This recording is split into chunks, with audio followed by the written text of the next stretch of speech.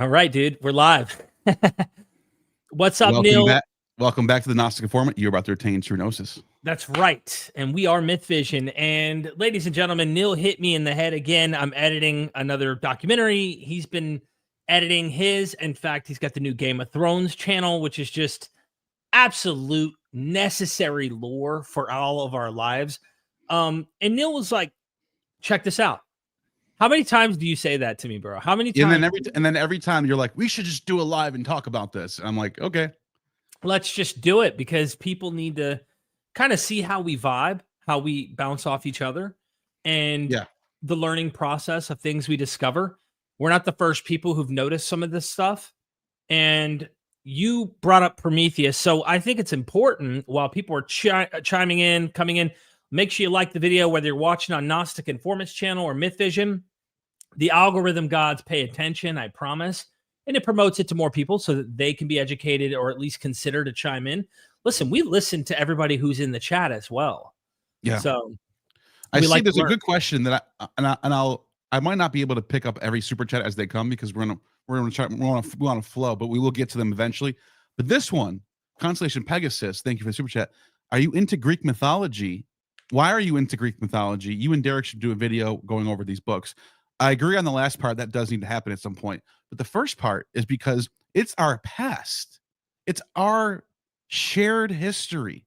It is the roots of everything. It is the roots of the Western civilization as we know it. The Romans borrowed from the Greeks. The Hebrews borrowed from the Greeks. The European, everyone, the Greeks, and they borrowed from the East as well. No so doubt. When I'm reading Greek and I'm reading Homer and I'm reading Prometheus Bound, I'm actually also drawing from even earlier mythos that are being adopted. So the Greeks were the first people to really be obsessed with writing everything down and having a literature culture. They really were the first people to do that. So no doubt. That's the reason for that. And they are just piggybacking off the greats, Gilgamesh and all the famous, well-known epics. They did it in more detail. You know, we have tablets of Gilgamesh, but we only have so much, right? You go read Homer, look at how extensive that is. Look how long and detailed Homer is. So they just took the art a little further. And it's all tied into art. But like you said, why am I into it, man? I love seeing these connections, because that's what it does, is it breaks down those boundaries between other cultures, and it shows we're passing along a story that has differences and similarities along the way. It started off as just, let me find out how the Bible isn't literally the case. It didn't actually happen. But once you get a grasp on mythology and stuff, you start really falling in love with the narratives and the depth that it goes into. So Prometheus, Neil, we need to give a narrative outline. Look at that. Well, I'm just getting that ready. I didn't know it was going to come up so fast. No, you're good. You're good. I set that background up like that. But who is Prometheus? Well, okay. So before we're going to, obviously people know Prometheus was this creator, demiurgic god, literally demiurgic creator. It means craftsman. He's called this, not in the Gnostic sense of the evil creator. The word demiurge does not mean evil. It has nothing to do with evil.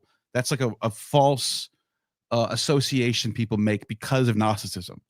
It means creator. Plato's demiurge isn't evil either. But in Hesiod, in Greek mythology, in the older archaic Homeric background, Prometheus was the creator of mankind. And I mentioned how reading Prometheus, I'm actually reading Babylon, and I'm actually reading ancient Sumerian, because Prometheus is Enki. And I mean that. I mean, this is a very, very close, almost not, obviously there's no such thing as a one-to-one, but this is a very close, the closest thing you're going to get to a one-to-one, because Prometheus, like Enki, is the creator of humans.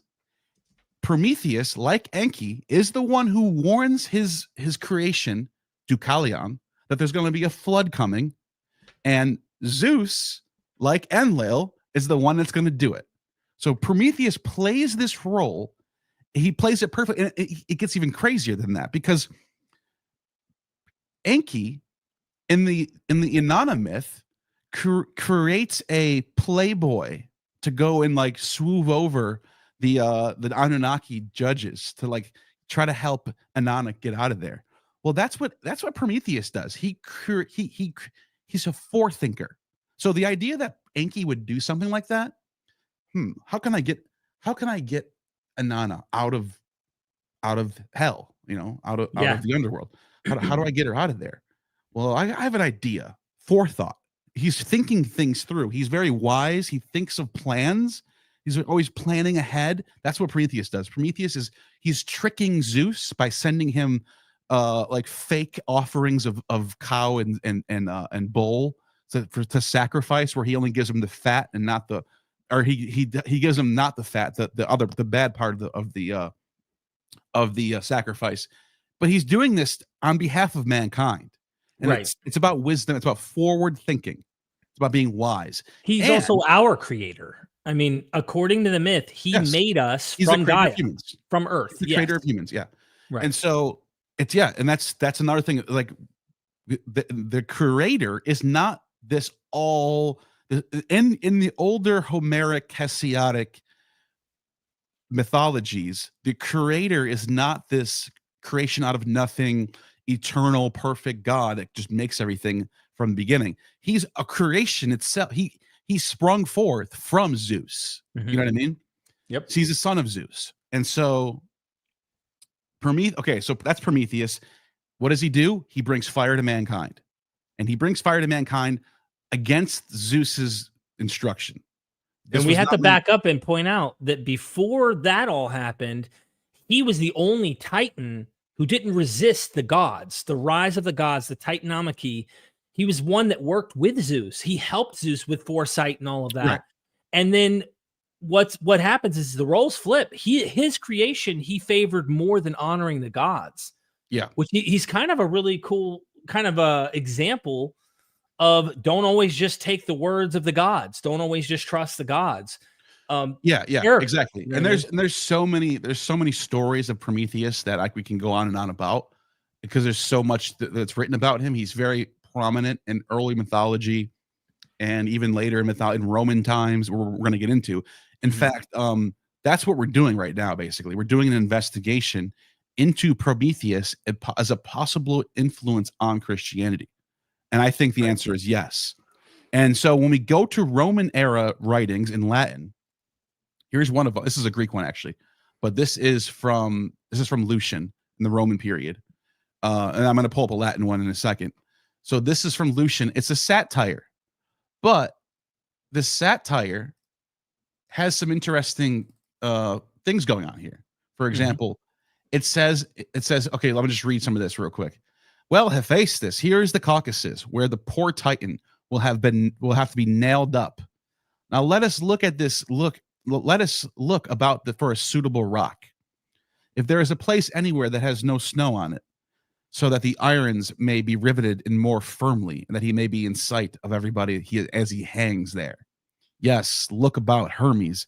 We mustn't crucify him low and close to the ground, for that fear that men, his own handiwork, he created men, may come to visit his aid. Because, if he saved mankind, mankind's going to save him. Right. Nor yet on the summit. And by the way, the reason why he's being crucified is because he gave fire to mankind. Okay. Right. For he would be out of sight from below. Suppose we crucify him halfway up, somewhere hereabouts over the ravine, with his hands outstretched. Now, this is a key part. With his hands outstretched. That is very, very key here, because we're trying to find out, is this post? Because Lucian's writing in the 2nd century. We can't say Christians are borrowing from Lucian. But I see a lot of Bible scholars from like divinity school types make this mistake. It's very low IQ thinking. They'll go, "Oh, that source is 2nd century. Well, then it's over with. That myth cannot inspire Christianity." Not necessarily. We do not know if this story predates Lucian's version. Right. Lucian is telling a story that's way older. Prometheus Bound goes back to the 6th century BC in Aeschylus' writings. So we know this was already a story that Lucian's retelling right now. I've seen this mistake happen a lot, where someone will go, "Oh, that's dated to 110. No, the Gospels can't borrow from that." Well, you don't know that. You don't know if this is the first time this is being told. You don't know if this is the first version of this particular story. Anyways, that was a little or that it's in the air simultaneously. Something is influencing. Yes, but contemporaneous. That's usually how it works. Is if this is before, then it influenced whatever's after, and we don't know. We can't pin that down.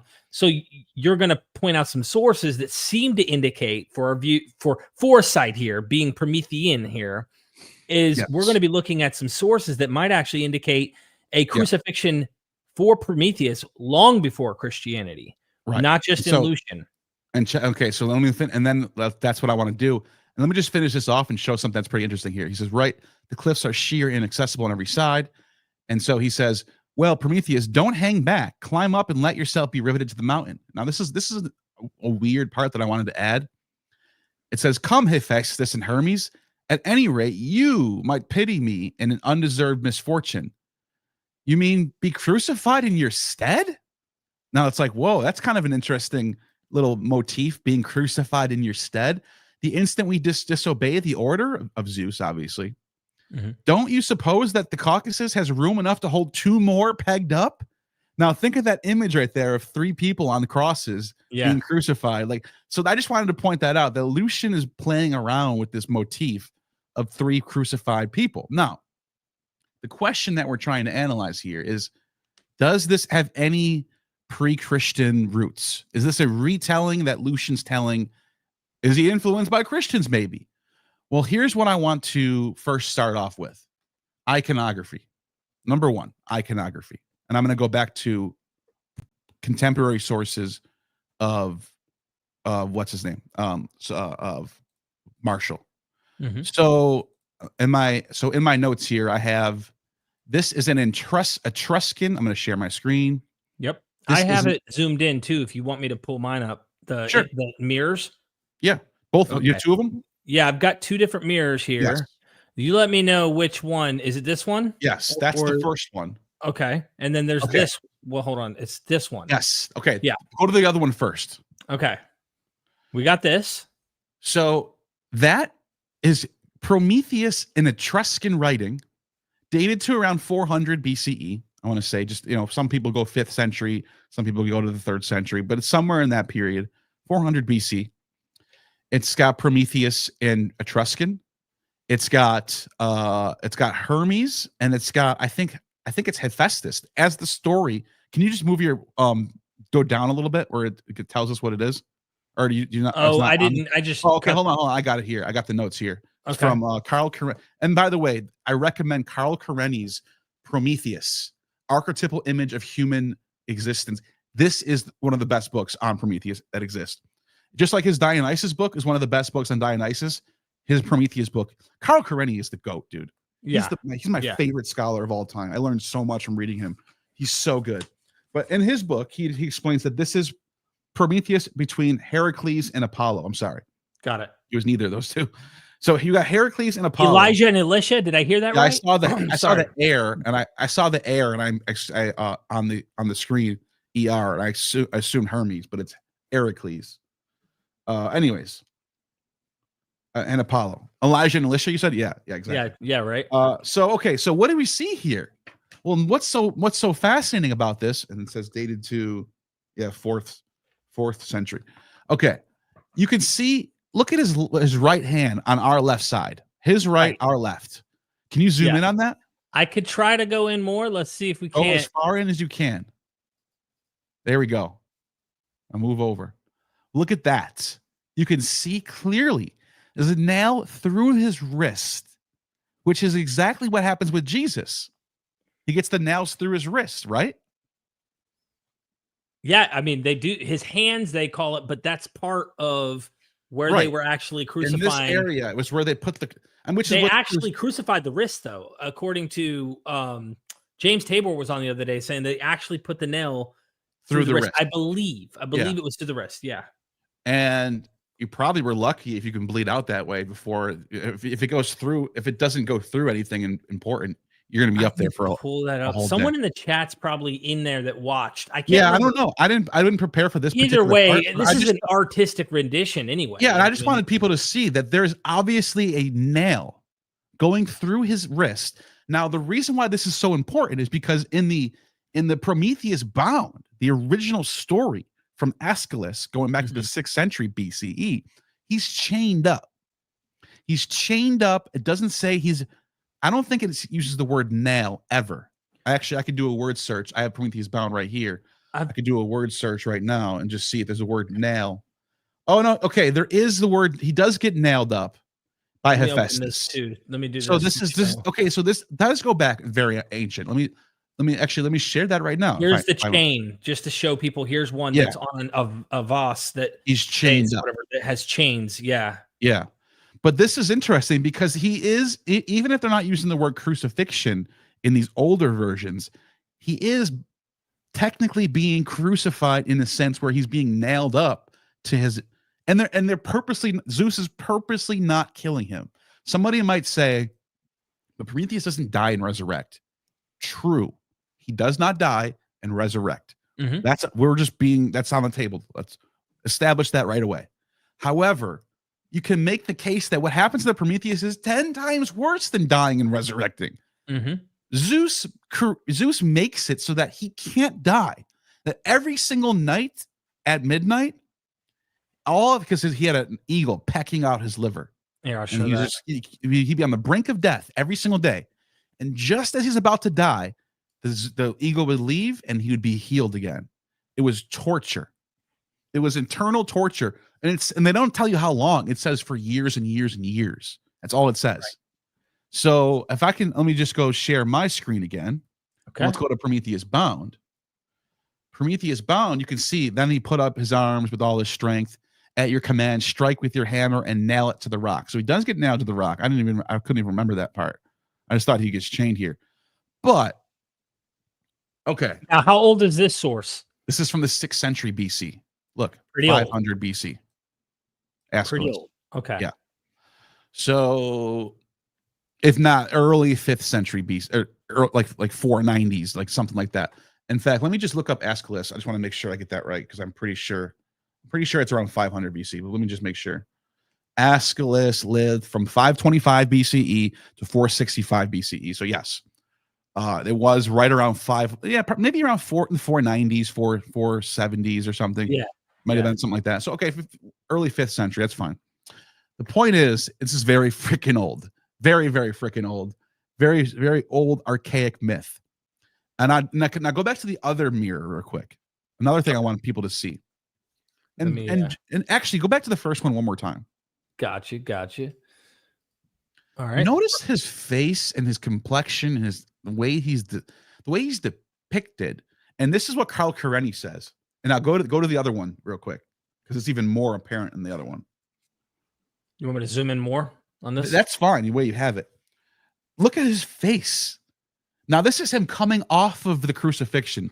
It's called the descent. The descent of his crucifixion. That's what it's called. And this is what Carl Kareny writes.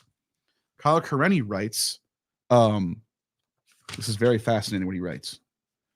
Prometheus's wound was not forgotten. Of course, it might have healed of itself, like the wounds of the gods, or it was Chiron, who appeared on stage, healed the Titan, and then, driven by his own pain, rushed off to the underworld? We should never know. But in a later representation of the scene, which, however, cannot have been more recent than the 3rd century, say this is talking about this one right here, 4th century, 3rd century. Chiron, and the reason why is because the Etruscans were gone by that period. Yeah, this has to be after the 3rd century or Romans inherited Etruscan. Yeah, but the Etruscans were still alive even when the Romans were around. They just died out by the end of the 3rd century. They were gone by then.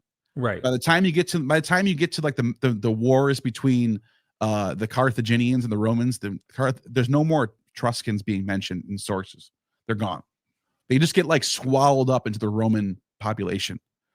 Anyways, it says, but in a later representation, which cannot have been more recent than the 3rd century, Chiron is replaced by the god who by then had been taken over the role of the healing Centaur in the entire Greek world and in Italy, Apollo. So Apollo's healing him here. On a 3rd century Etruscan mirror found in a tomb near Bolsena, there is a scene that moves us strangely. it recalls the descent from the cross. Mm. After the manner of the Etruscan art of the period, the solemnity of the scene is emphasized by a temple in the background. I don't want to see the temple in the background. Let me back out a little bit and do this. Okay, so I wonder if he's talking about like that. No, this is the one. This is the right one. Okay. A temple in the background. At the top. That's what it must be. It must be something like that. He must be seeing something. It says, before the temple, we see Prometheus in an attitude suggesting that he had been just taken down from his cliff. He is leaning on a god and a goddess. Is this the right one? While Hercules merely sits resting, the name of the deities are inscribed in their Etruscan forms. The goddess is Athena, and the god is Asclepius. Let me just make sure this is the right. Okay, because this I found, just so you know, this might be the one he's talking about, because this one I found, and I wanted to zoom this in. I found this while you were researching. Oh, that's the one. That's the one that he looks like. Okay, there's the temple in the background and everything. Okay. Oh, okay, that's the one. This is the one we're supposed to be looking at. Good point. Yep. Okay, thank you for. I'm glad I caught it. Yeah, good catch. But this one, this one's harder to see. But my point still, everything I just said still applies. Just remember, this is the image. We're at the right one. We're doing this on the fly. This is an investigation that we're doing on the fly. Yeah, look at his face, though. He has that Christ. This is a later version of Christ. The earliest version of Christ didn't look like this, which makes me think there was some adopting going on. As Christianity spreads throughout the Roman Empire, it becomes more like its people that are adopting it. Mm-hmm. It becomes more Romanized, more Christian, more Greekized, more Hellenized. So, okay, this is what he writes. He's being taken off of the cross, the descent of the cross. The names of the deities are inscribed in Etruscan forms. The goddess is Athena. The god is Asclepius, the healer, in the form of a handsome youth. We spoke at the beginning of the present work of a striking resemblance and a striking contrast between Prometheus and the Christian savior. So, okay, that is pretty cool. Now, that's the one. That's the Etruscan. That's literally the mirror that you're showing us too. That's not even just like an image Prometheus of it. Unbound reads Asclepius, Prometheus, Minerva, and Hercule. This is one of the 3 preserved depictions of the story of Prometheus Unbound in Etruscan art. In addition, this is the only certain depiction of Asclepius, the god of healing, in Etruscan art. Interesting. And by the way, there might be. Yeah. Okay. Just go back to the other one more time. The one that I thought was this one at first, because it's also of the descent. Now this one doesn't have Athena and this one has Apollo and Hercules. Got it. So that's who's helping him down, Apollo and Hercules. And so you can see, just look at his face. Like, doesn't that, if you saw that, if someone just showed you this image and didn't say anything, you'd go, what is this? You go, oh, it looks like Jesus. Christ. It looks like Christ with his disciples doing something. I don't know what he's doing, but that's what it just has, that feel. Mm-hmm. And so it makes me think that they're adopting a lot of this stuff in Christianity, not necessarily for the Gospels, post-Gospels, iconography wise. These things take time. Christianity does not just stay the same forever after the Gospels are written. It changes. So, okay, let's go back to the question: does the crucifixion happen or before the Gospels? Is it possible the Gospels are drawing from the crucifixion? Well, we do have one source from, let me see if I can find it in my notes. Here it is. This is from Marshall's Epigrams. It's dated to right around 80 to 85 AD. Okay. So it's right when Mark, contemporaneous to we're talking, and there's no way they know about the Gospels. There's no way Marshall knows about the Gospels yet.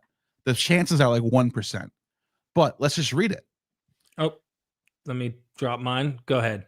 As Prometheus, bound on a Scythian crag, fed the tireless bird with his 2 abundant breasts, so did Laureus, hanging on no sham cross, give his naked flesh to the Caledonian bear. His lacerated limbs lived on, dripping gore, and in all his body there was none. Okay, so we have a clue here, though. Now we're already looking at a contemporary source that compares a criminal who got crucified with Prometheus. So there's another clue. And here's the kicker, right? Let me just see if I can find. Now, who's Laurelius? Well, Laurelius was actually a famous hero from Roman plays that date to the first half of the 1st century, before the Gospels. Right. You could take this to the bank with you. Before the Gospels, there was plays that were taking place in Rome. I think maybe in Athens too, because Athens was Roman at this time, where this notorious robber is said to be crucified, and the Catullus was the playwright who performed these plays. And it was a play. We don't really know much about the play. We just know it gets mentioned in sources as Martial mentioned it in the one source.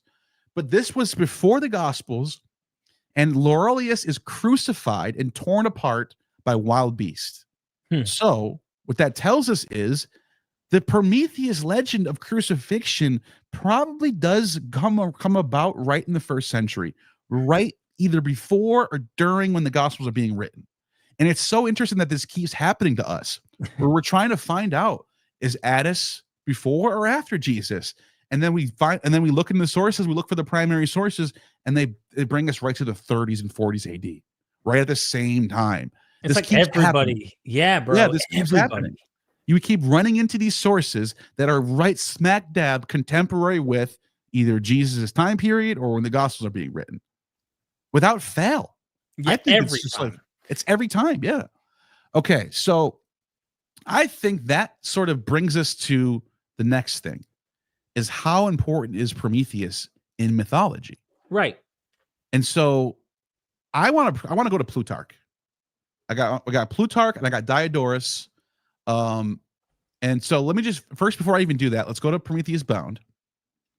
And I want to show something that's in here that's really fascinating in Prometheus Bound. So let me I have my notes here. Let me just make sure I get the right one. Prometheus Bound. Aeschylus. Here we go. So there's this random sort of passage that happens where Prometheus is hanging on the stone. He's crucified. He's on a stone. And the goddess Io, which is also called Isis. I got to show people that real quick. Yep. So let me just see if I can find Apollodorus on here. I have my notes for Apollodorus. Apollodorus, where is it? So Apollodorus, who is writing in the 3rd century BCE, where did I put that note? You sent it a shot to me on Facebook, though. Did I? So I thought you did. I'm wondering if you can pull that up real quick. I can. Oh, here we go. Here we go. You got it? I found Apollodorus. Okay. So let me just switch over my screen and stop sharing this and pull up Apollodorus. So obviously Apollodorus writes about Prometheus. He talks about the devouring of the liver. But if you do a word search in Apollodorus for Isis, he says this: the Egyptians call Isis and Io. Likewise, they call the same name Isis. Oh, I'm sorry. Let me read that correctly. She set up an image of Demeter, whom the Egyptians call Isis, and Io. Likewise, they call by the name of Isis. So Isis is Demeter and Isis Io. is Demeter. She's Venus. She's Isis. She's Persephone. If you read Apuleius's Golden Ass, you find out Isis is all the goddesses. She's all the goddesses. Like she's just the most dankest goddess there is. Yeah. But let's go back real quick where it says she roamed all around Syria. This is talking about her, because there was revealed to her that the wife of the king of Byblus was nursing her son, and having found Epaphus, she came to Egypt and was married to Telegonus, who reigned over. Okay. Now, we're going to find out what's going on with Epaphus and Isis. Before that, we got to go to Prometheus Bound. So there's this random passage in Prometheus Bound where he's talking to Io, aka Isis, as the Greeks thought. The Greeks thought Io was Isis. The same way they thought Dionysus was Osiris, they thought Io was Isis. And it says, this is what Prometheus says to her. He says, she has heard about her journey right to the end, but that she can know that what she has heard from me is not an empty story.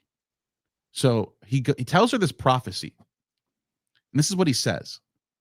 He says, openly and not riddling words, as Zeus's glorious consort that was to be. Does any of this strike a chord with you?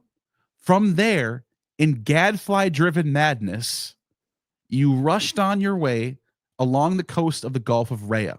From then, which you have then had to run, as it were, before the storm, wandering the opposite direction. Know well that the future that the arm of the sea shall be called Ionian, which is named after her, apparently. Yeah. Be for all mankind memorial to your journey. You have all of this evidence that my mind can, let me just go to the next page. See what more is manifest. The rest I shall tell you. And to her alike, going back to the same track my previous words were treading.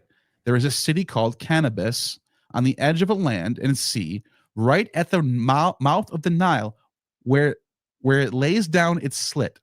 There Zeus will restore to your right mind and cause you to conceive simply by touching you and laying his hands on you. No sex. Miracle birth. I mean, arguably a virgin birth, because there's no indication that Io has ever had any intercourse and is not married to anyone yet. And in ancient Greek world, you don't. It's like Christianity. If you're not married, you're probably a virgin. Like, you know what I mean? Like in the sense of the gods being pure.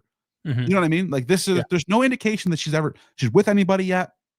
She gets this prophecy that she will be chosen by Zeus to give the world the divine child. Now, this is so important. It says, simply by touching you and laying his hand on you, nothing to be afraid of. You will bear a black child, Epaphus, named after the manner in which Zeus engendered him. He will reap the fruits of all the land that is watered by the broad flowing Nile. The fifth generation from him, a female brood of 50 children. Guess what this means? The Danads. The Danads. People think the Danads came out of Egypt and became the tribe of Dan. The Danites. This makes that whole thing made more interesting. It's all connected. Like, I know. And they're in Homer too. So they're mentioned in they're seafaring people like Dan is. Yeah. I'm just saying, I don't know how far I think there might be something to this, at least in the tradition, that the Danite tribe, the tribe of Dan in the Bible, might actually be that kind of Greek connected tribe, that the sea people. I think so. I think there might be some truth to that, especially when you start thinking of the Bible and written later times by Hellenistic people who are using the library sources from the Library of Alexandria. Then all of a sudden it makes total sense. While they would start using Homeric age sources like that. And then it says, we'll come back to Argos, not by choice, but in flight from a kindred marriage to their cousins. The cousins, their minds, excited by lust, hawks following close behind the doves. Will come to hunt marriages they should not have been hunting, but God will deny them possessions of their bodies. The Pelasgian land will be drenched with blood by deadly female violence, when the men are audaciously slain in the wakeful night. For each woman will deprive her husband of his life, dipping a two-edged sword in his blood. This is where it gets crazy. The bridal night for my enemies, but one of the girls will be charmed by desire. I'm just looking at what word they use for desire there. Okay, never mind. But he will be charmed by desire into refraining from killing her bedfellow. She will choose the alternative of the being called coward rather than polluted murderer. She will become the mother of a royal house in Argos. It will take a long narrative to recount it all, but explicitly. But from her line, at any rate, this is so important. This is like the line of David prophecy. This is literally, I was thinking that. Yeah, listen. And this is, wait till you see the words that he uses is so crazy. Will be born a brave Scion, famous for archery, who will release me from these sufferings. Now I know who this is about. This is about Cadmus, king of The Cadmus was the Phoenician king who went to Thebes, set up Thebes. Such is the prophecy that was narrated to me by my mother of ancient birth, Themis the Titaness. But how and in what way is this to happen would take a lengthy narrative to explain. You would profit by nothing by learning it. Then begins the wild dance again. Elelo. It's a Bacchic chant. Yeah. They start chanting this Bacchic chant. My mind is struck again by hot spasms of madness. I am pricked by the gadfly's fiery dart. The word pricked is kriye. Christed. I am Christed by the gadfly's fiery dart. So this prophecy, look at this right here. This is the Bacchic chant. Io, la la la la lo, la la la la la lo. These are common Bacchic chants. They're putting in footnotes showing this was a common Bacchic chant. And this was, they would say Io, like yo, and the other one was Yah. Yo and Yah, which is like Yahweh. You know what I mean? Yo and Yah. So I'm just like, that's another thing I want people to take note of. You're not just making that connection up. The ancients actually saw that too. Yeah, Plutarch saw this too. Yeah. Plutarch thought that Yahweh was Dionysus because of the Bacchic chants and because and of the way they behaved in the temple and all of that as well. Exactly. Okay. So now we have this prophecy of what's supposed to be the line that produces Dionysus. Did you catch that or no? You only mentioned Cadmus, but I know Cadmus is like the grandfather of. Cadmus is the grandfather of Dionysus. Exactly. In Euripides. This is the golden line. Exactly. It starts off with Prometheus and goes through Io. Prometheus is the creator, and it goes through Io, and then it goes down to Cadmus and then Dionysus, who is born to be the next heir to the throne of Olympus. Mm-hmm. He's the chosen one. Now he's David. He's the Christ. He's the Christ. Yes. And it even uses the word kriye for stung by the gadfly. Yeah. She's from the Christed line, basically. Right. It uses that word, which is very fascinating. Now, we got to go. We can go to Diodorus. We can go to Plutarch. Let's go to Diodorus, because this is where things get pretty interesting. This is what Diodorus says. This is in the 1st century BC, way before the Gospels. Now, I am not unaware that some historians give the following account of Isis and Osiris. The tombs of these gods lie in Nisa in Arabia. Guess what? There is no Nisa in Arabia. You know what this is? Is this this that Beth Shean? I found this out. This is Beth Shean in Israel. Okay. There is no Nisa in Arabia. It's the Nisa of Arabia was Beth Shean, or AKA Sidopolis. This is the place you and I went to where there was all the toilets around, ancient toilets, the whole nine. And we recorded like 6 minutes and none of my audio was preserved. For this reason, Dionysus is called Nusaeus. So in this particular version of the account, Dionysus is born in Israel. Like wrap your head around this for a second. Dionysus is born in Israel, according to Diodorus of Sicily. Right. And in that place there stands also a stele of each of the gods bearing an inscription in hieroglyphs. On the stele of Isis it runs, I am Isis, the queen of every land, she who was instructed of Hermes, and whatsoever laws I have established, these can no man make void. I am the eldest daughter of the youngest god Kronos. I am the wife and sister of the king Osiris. I am she who first discovered fruits for mankind. I am the mother of Horus the king. I am she who riseth in the star that is the constellation of the dog.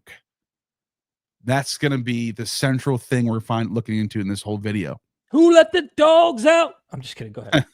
Because the dog, if you guys know what the dog star is, think about this. Everyone who's watching, have you ever heard someone say, oh, we're in the dog days now? Dog days.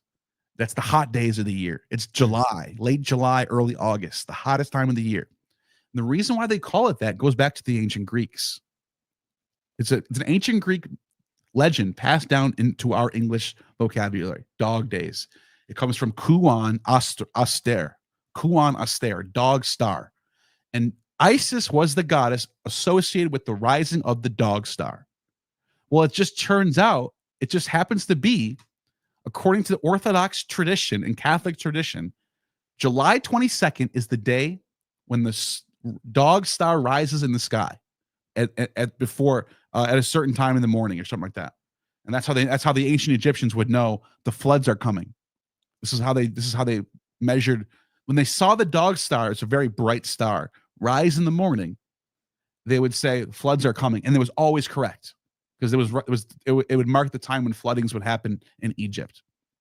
So that's why the dog star was attributed to Isis and Osiris. It's called the star Sirius, Osiris, Isis and Osiris. But the Catholic and Orthodox Church in the 4th century decided that this was going to be the day for Mary Magdalene. Did you know this? You showed me this before the stream, but yes. Yes. So I just had this. Someone sent me this. I didn't know this before you showed it to me. If that's your someone question. sent me this. This is just some screenshot I took from social media, and someone sent this to me. They're like, "Is this true?"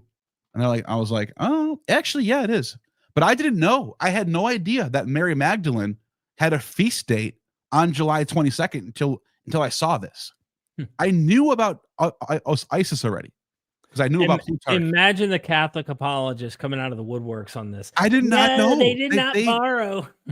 I think they did, because this is a 4th century thing. This is not from the Bible. It's not from early Christians. This is a 4th century after the pagans lost and were kicked out of power. This was already a day that was central to the Romans. Yeah. Are you going to keep the same name as? No, you're going to Christianize it. Duh. So July 22nd went from the day of Isis to the day of Mary Magdalene. So, okay. When did the dog star decline in the seasonal shift? Because if this might connect to ancient Babylon and the Assyrian, Babylonian, Mesopotamian stuff, because what happened with Tammuz, and the dying and rising, Inanna, Ishtar, and all that, I guarantee you there's some overlap, because the summertime for them, though, was seen like as a drought type scenario. But in the August rains that would come, it would renew life. And so I'm wondering if there's some seasonal overlap with the dog star and earlier Babylonian stuff, or is that just a local Egyptian ideal that, spreads from there? I'm sure the Babylonian has their own version. I know they have a different name for the star and the constellation Orion too. I forgot what it is right now. But yeah, there's probably something going on with that. So, okay. Now, with that, let's go back to Plutarch. Let's go back to Diodorus, because he says, this is what he says about Prometheus. He says, oh no, I'm sorry. This is what he says about Epaphus. That child that Epaphus has. I want to show you something in Plutarch, actually. Okay. So we're bouncing around, but we're going to go back and forth. I'm just kind of showing you a lot of these sources, right? Okay. We're in Plutarch now. This is late 1st, early 2nd century. He says, the Greeks are wont to consecrate ivy to Dionysus. It is said among the Egyptians that the name for ivy is Kinosiris, meaning the plant of Osiris.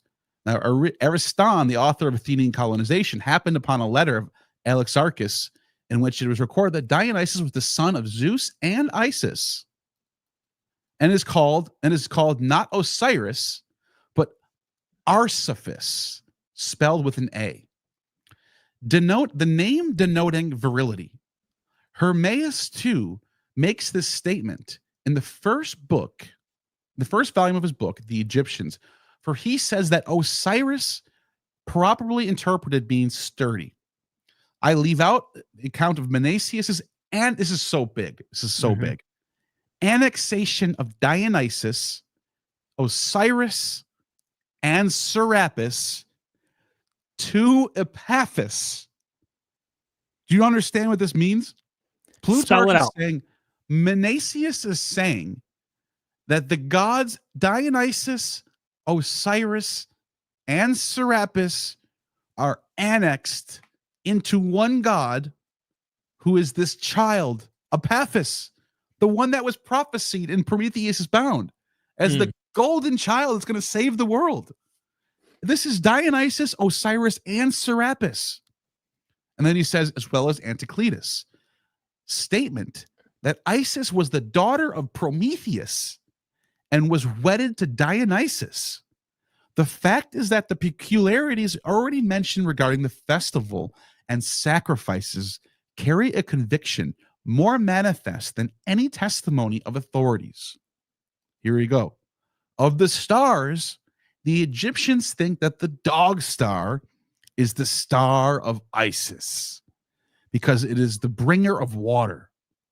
They also hold the lion in honor and adorn the hallways with gaping lions. And they regard the Nile, the effusion of Osiris. Okay, one more thing I want to show you. He says, Dionysus. Wait. It's Osiris. Wait, Dionysus. Yeah, Dionysus. He says that Osiris. Let me back up a little bit. Here we go. Okay, so they're talking about Apis, the bull that kept Heliopolis, which they call Menaeus, in which is sacred to Osiris. Some hold it to Apis.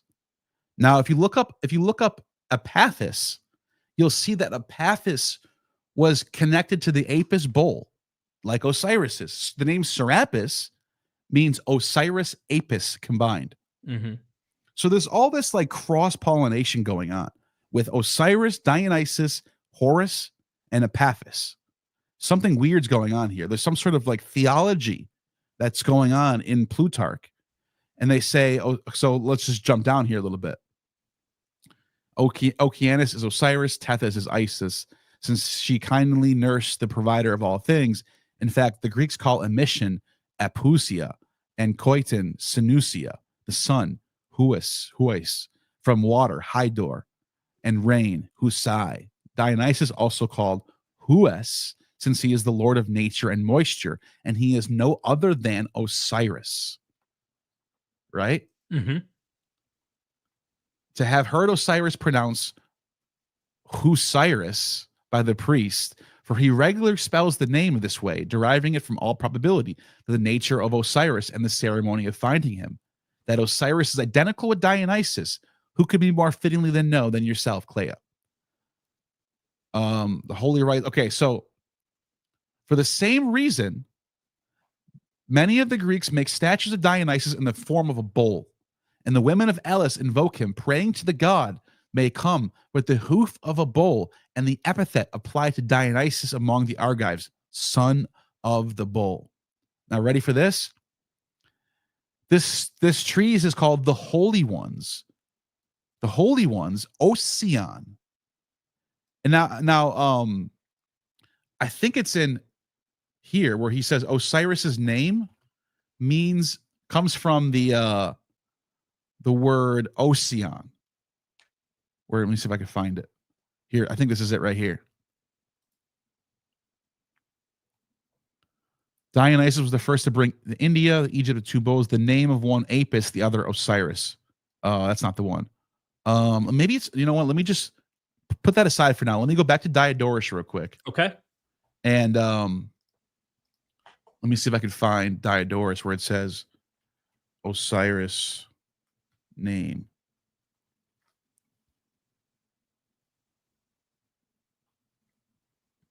Let me just see real quick. Many-eyed. Wait, no, that's not it. I know you were bringing this up. Was it last night you were bringing this up to me? I think. Yeah, I can't remember where I put it. You know what? It might be in my notes right here. Let me just see if I can find it real quick.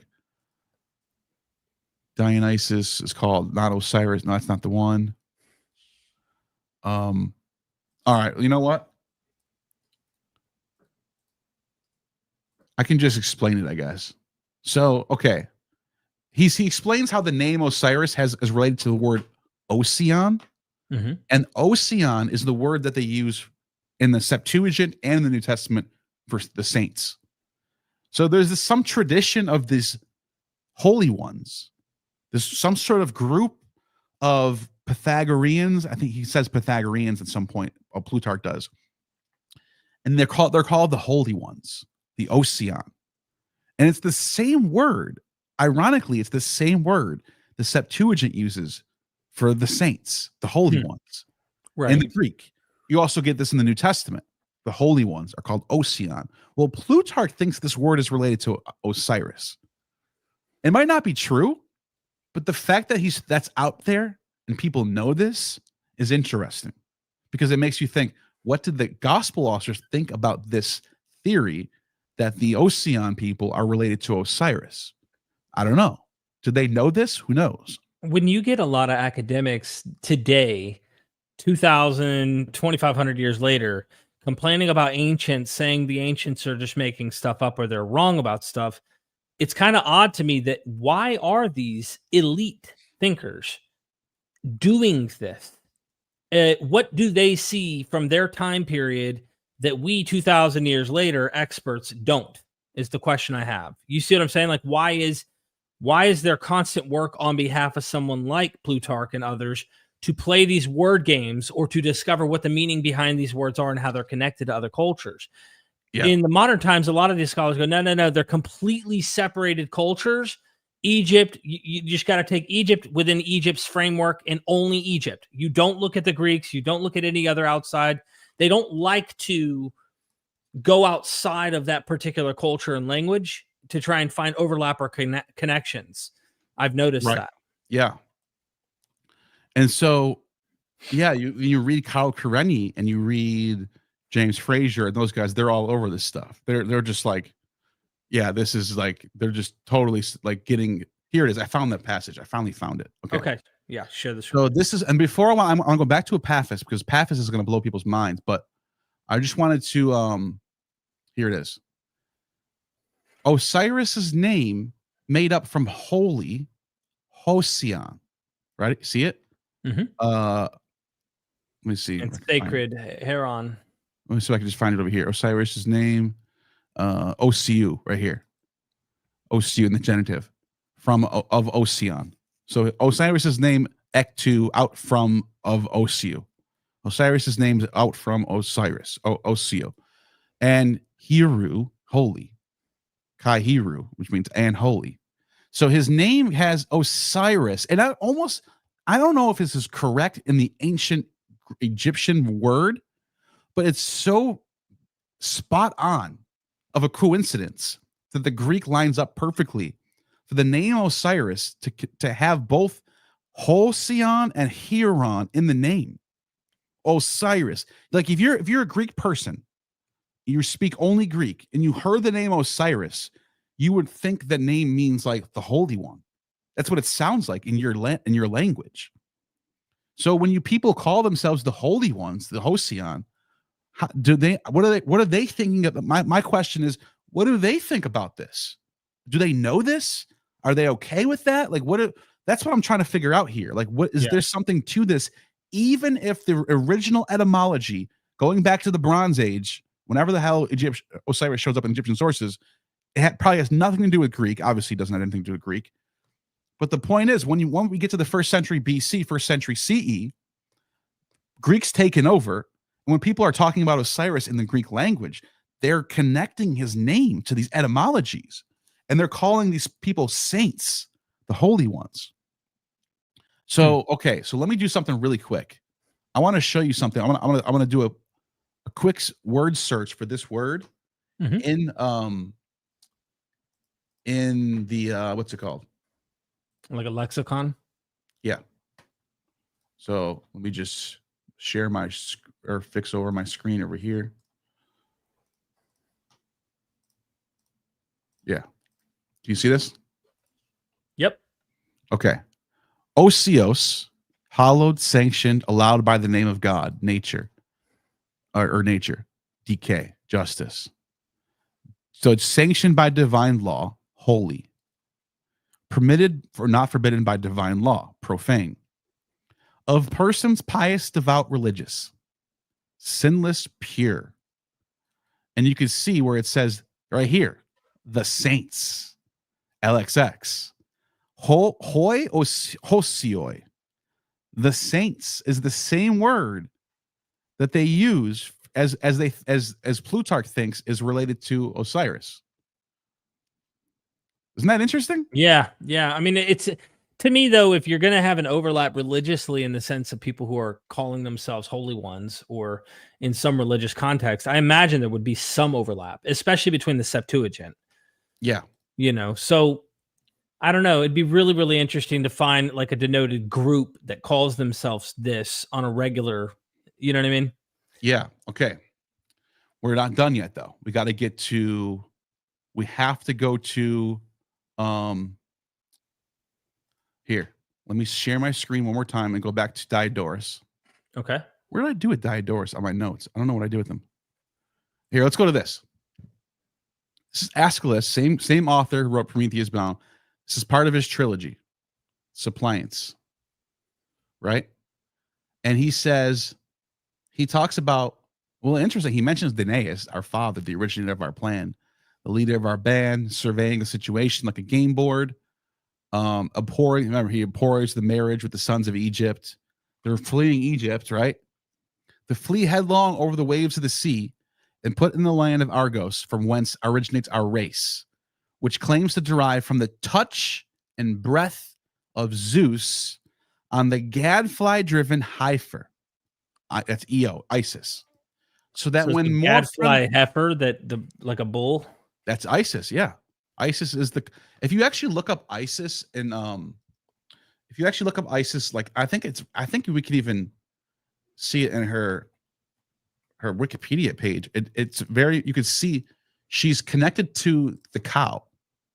She's the cow. She is Io, and there's a reason why they connected her with Io, because she's connected with that cow. Book of the Heavenly Cow. That's one of the writings. Look. Yep. The Book of the Heavenly Cow is an ancient Egyptian text from the Amarna period. And so, okay, there's a bunch of stuff in there, but I just want people to see like the cow is very much related to here it is right here. As she took on traits originally belonged to Hathor, the preeminent goddess of earlier times. Isis was portrayed wearing Hathor's headdress, a sun disk with the horns of a cow. Now, do you know what Io looks like? No, I imagine Isis. I'll show you. Look. Oh, I can't zoom in on this. They've got the little Moses horns. She always has horns. That's Io. She always has horns. She's Isis. She's the horned Isis. Okay, so real quick, one more while I'm on that, let me just show. Look at that. That's Io. She's the horn goddess. She's the one that brings forth the line, the genealogy that brings forth the savior of mankind, the holy child, the divine child. Now, here's where it gets crazy. I already mentioned how Epaphus, according to Plutarch and Menasius, is Dionysus, Osiris, and Serapis all rolled into one. Right. That's what he says. And so if we go back to where I was just reading and Aeschylus' Suppliants, you see it says, held these emblems of the suppliant, the ancestral gods of Argos. And it says, let me invoke Zeus, the calf of Zeus, the vindicator from beyond the sea, the child of our ancestors, the flower-browsing cow, conceived by a breath. Now it's not a touch, it's a breath. Oh, the fruit of Zeus. The fruit of Zeus's touch. Yeah. And the destined time, appropriately fulfilled, the name derived from that touch.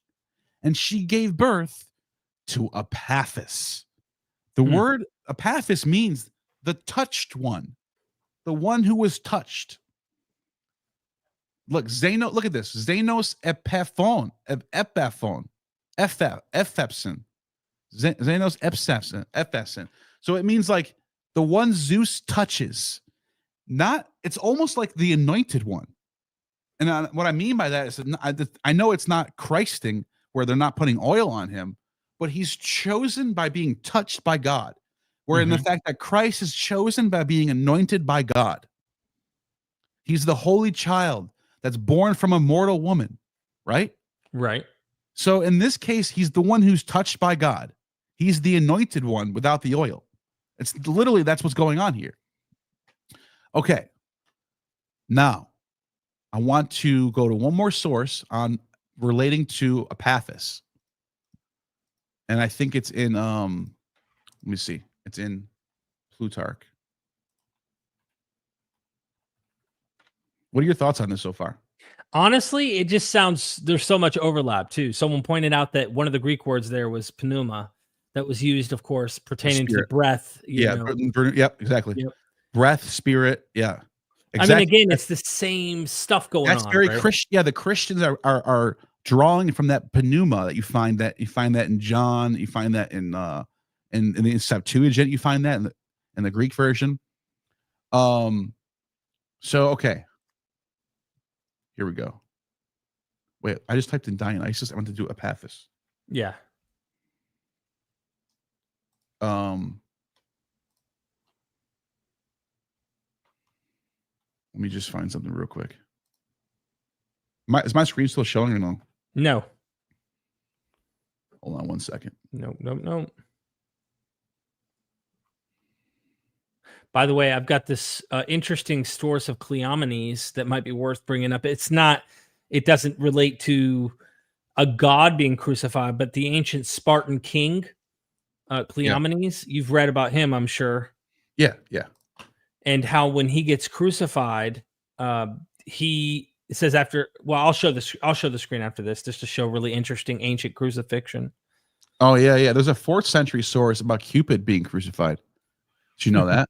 No, you mentioned it before the stream, yeah. Yeah, I'll show that real quick. That's because, and this is 4th century, so you can't like pull this back any farther. But it's very interesting that you still have writers in the 4th century writing about God being crucified.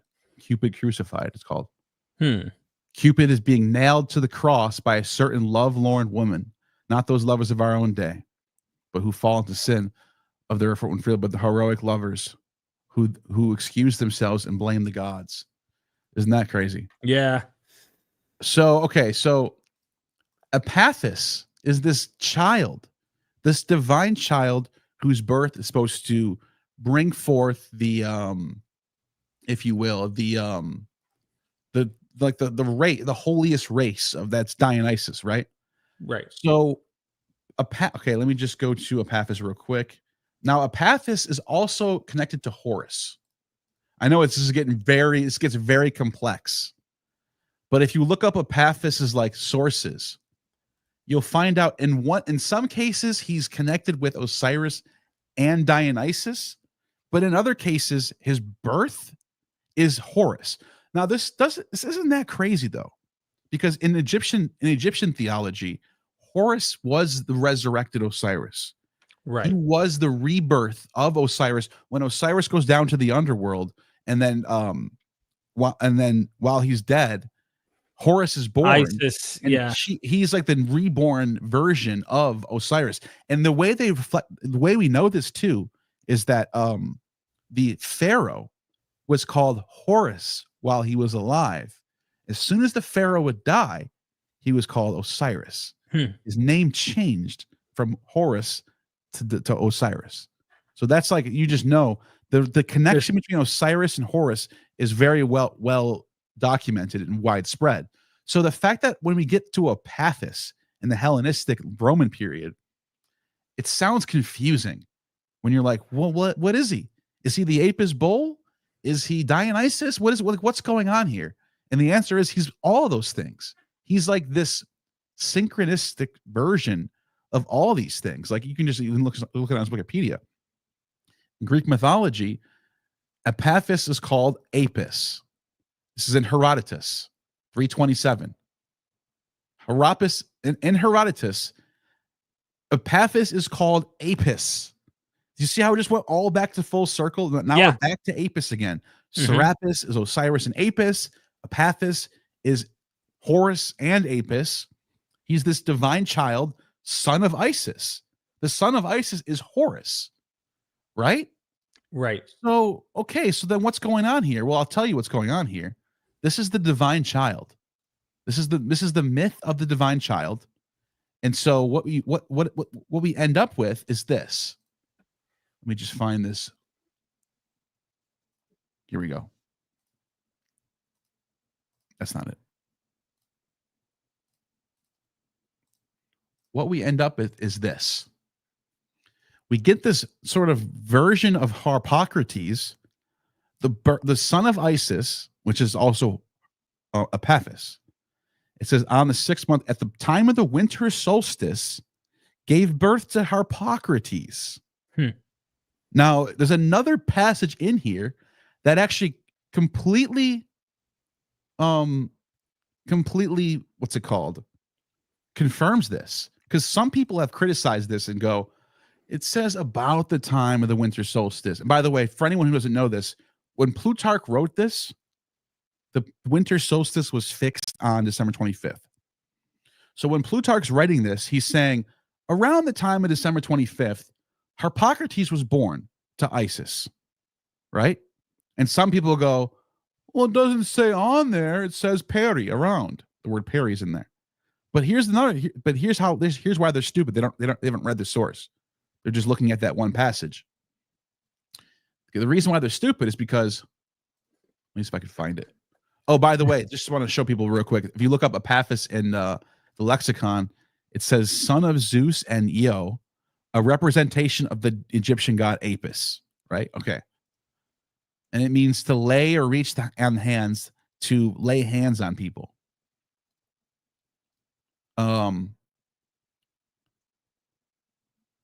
Here's another poet, Bacchylides, says, reach the flower, it says, driven by the gadfly's sting, reached the flowery Nile, carrying in her womb Epaphus, child of Zeus. There she gave birth to him, ruler of the linen-robed Egyptians.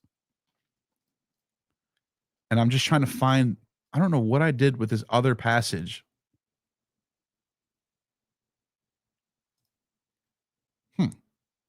In Plutarch's Isis and Osiris pertaining to the winter solstice. Yeah, I'm trying to find, there's another passage. Anyways, here's another passage where it says, Serapis and Sothis signifies pregnancy. Therefore, in Greek, with a change of accent, the star is called the dog star, which they regard as special star of Isis. Just like Mary Magdalene, right? Isn't that interesting? Mary Magdalene and Isis.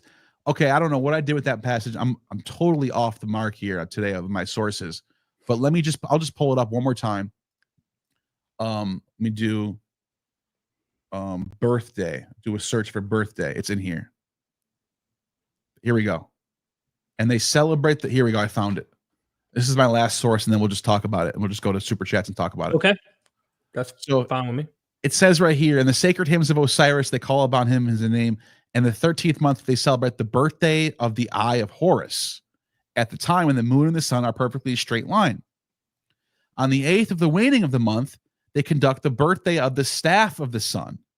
So there's different birthdays, and they're related to the equinoxes and the solstices. You just can't get more obvious than this. Yeah. And it says, moreover, at the time of the winter solstice, at the time, not around, not near, at the time of the winter solstice, they lead the cow 7 times around the temple of the sun, and this circumambulation is called the seeking for Osiris, since the goddess in the winter time yearns for water.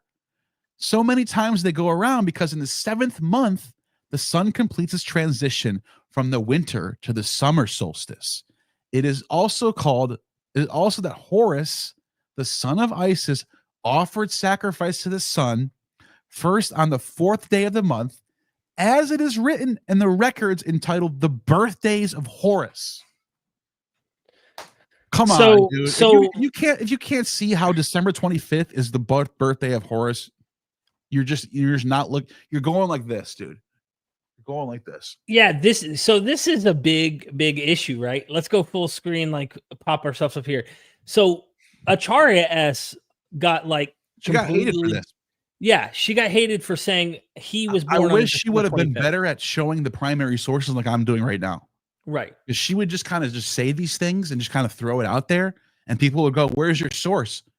And shame on them for not knowing the sources. Because if you don't know the sources, then you're wrong too. You're both wrong. You know what book I just downloaded earlier? The 16 Crucified Saviors. The old mythicist book from the 1800s that covers 16 crucified saviors, right? Yeah. And the guy made plenty of mistakes. This is like the primitive stages of like comparative mythology that people are trying to compare these myths and stuff. And I was talking to Bob on the phone about this, and he was pointing out that, the guy gets a lot wrong, but he's seeing a pattern that is right. And that's the unfortunate part, is a lot of people aren't seeing that pattern. The weeping and mourning for the beloved. You have this sacred Eros Gamos marriage between the goddess and the god, or, depending on whatever the mythos is. And in my last video, Neil, I don't know if you saw to the end of the documentary where I go through this Marduk myth and point out how this goddess is, there's this ancient 700 BCE Marduk myth. Have I shown you this? That Marduk myth? Pull it up. Pull it up? Okay, let me try to find it. Bear with me here, because it's wild. We should read through it. It is insane. While you're pulling it up, let me read that super chat real quick. Yeah, go ahead. Constellation Pegasus drops a 50 on me. I cannot thank you more. Dude, you rock. Thank you. You really do help me out, man. You really do. Like, I can't thank you more and more. So you never know when your research may lead from one subject. I've been digging into Wicca and came across the Green Man, possibly the oldest thing from prehistory, resembling something like a god. Yes. Lithuania was a holdout for paganism also.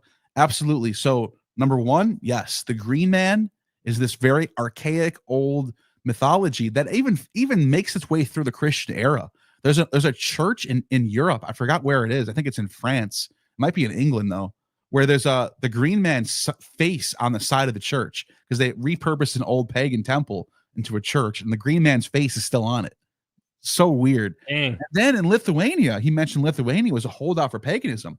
If you look at Lithuanian religion, the Lithuanian gods, the names of the gods are all purely Indo-European names of old gods, and you find cognates with these gods in Indian religion.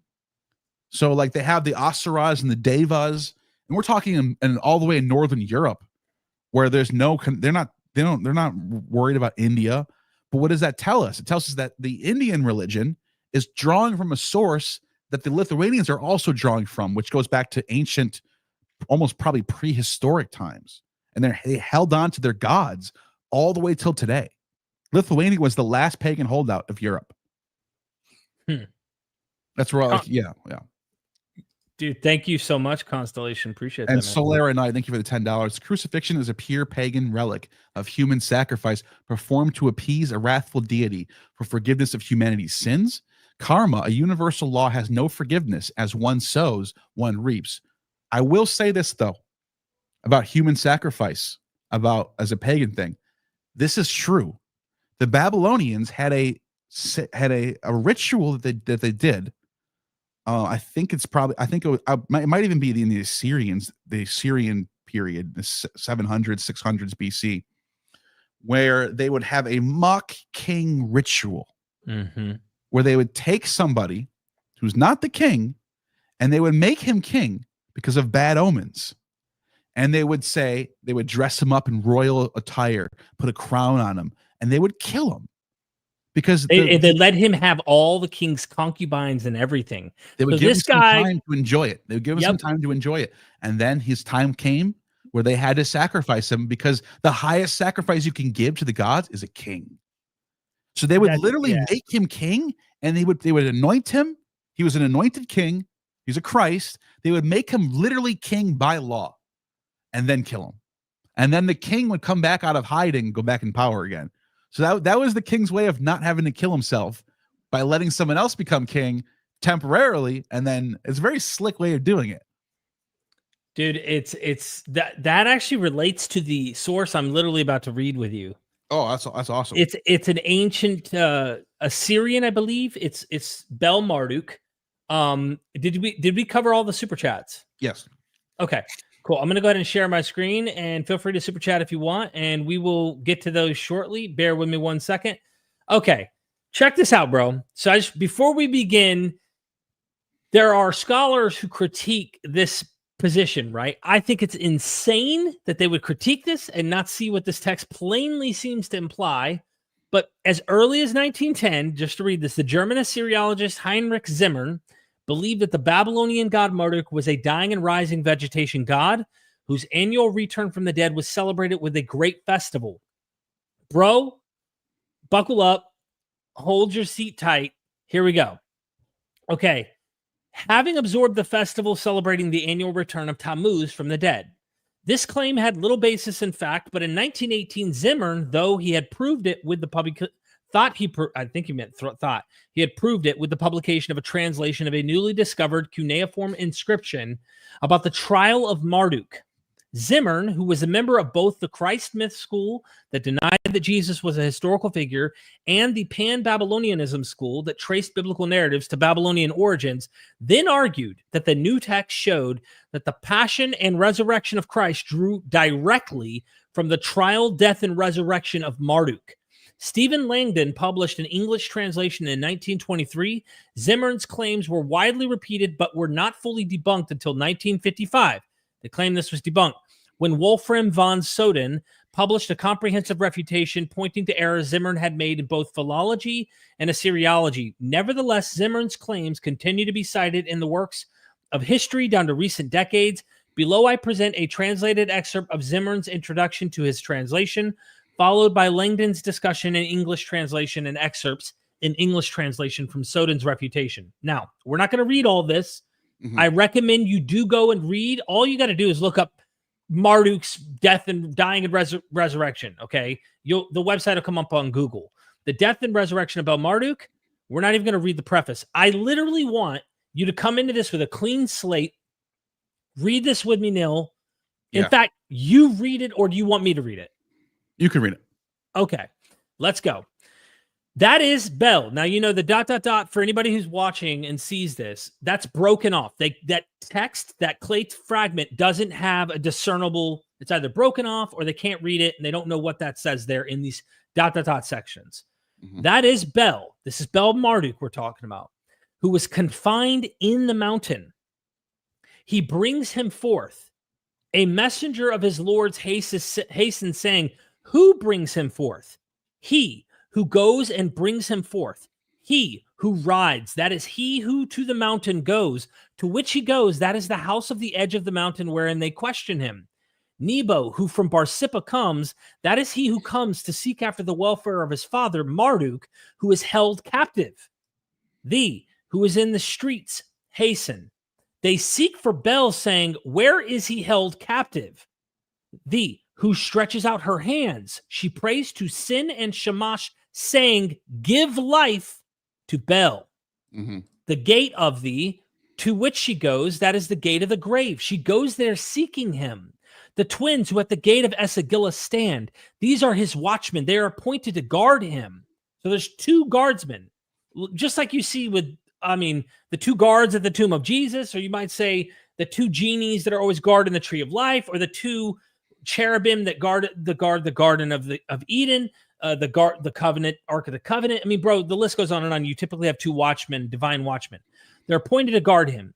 Thee who make lament. That means when the gods bound him, he perished from among the living. That means Bel Marduk is dead, dude. The text is saying he gets killed, right? Into the house of bondage from the sun and light, they caused him to descend.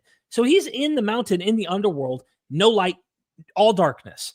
Thee, which touch him beneath, and with which they clothe him, these are the wounds in which they wound him. With his blood they are dyed. The goddess who tarries with him has descended to seek for his welfare.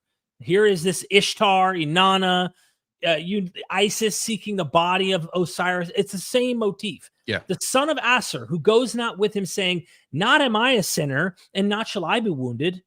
For thee of Aser have revealed my judgment before him, and have declared my judgment. This one who goes not with him, this son of Aser, he is a watchman. He is appointed over him. He guards the prison over him.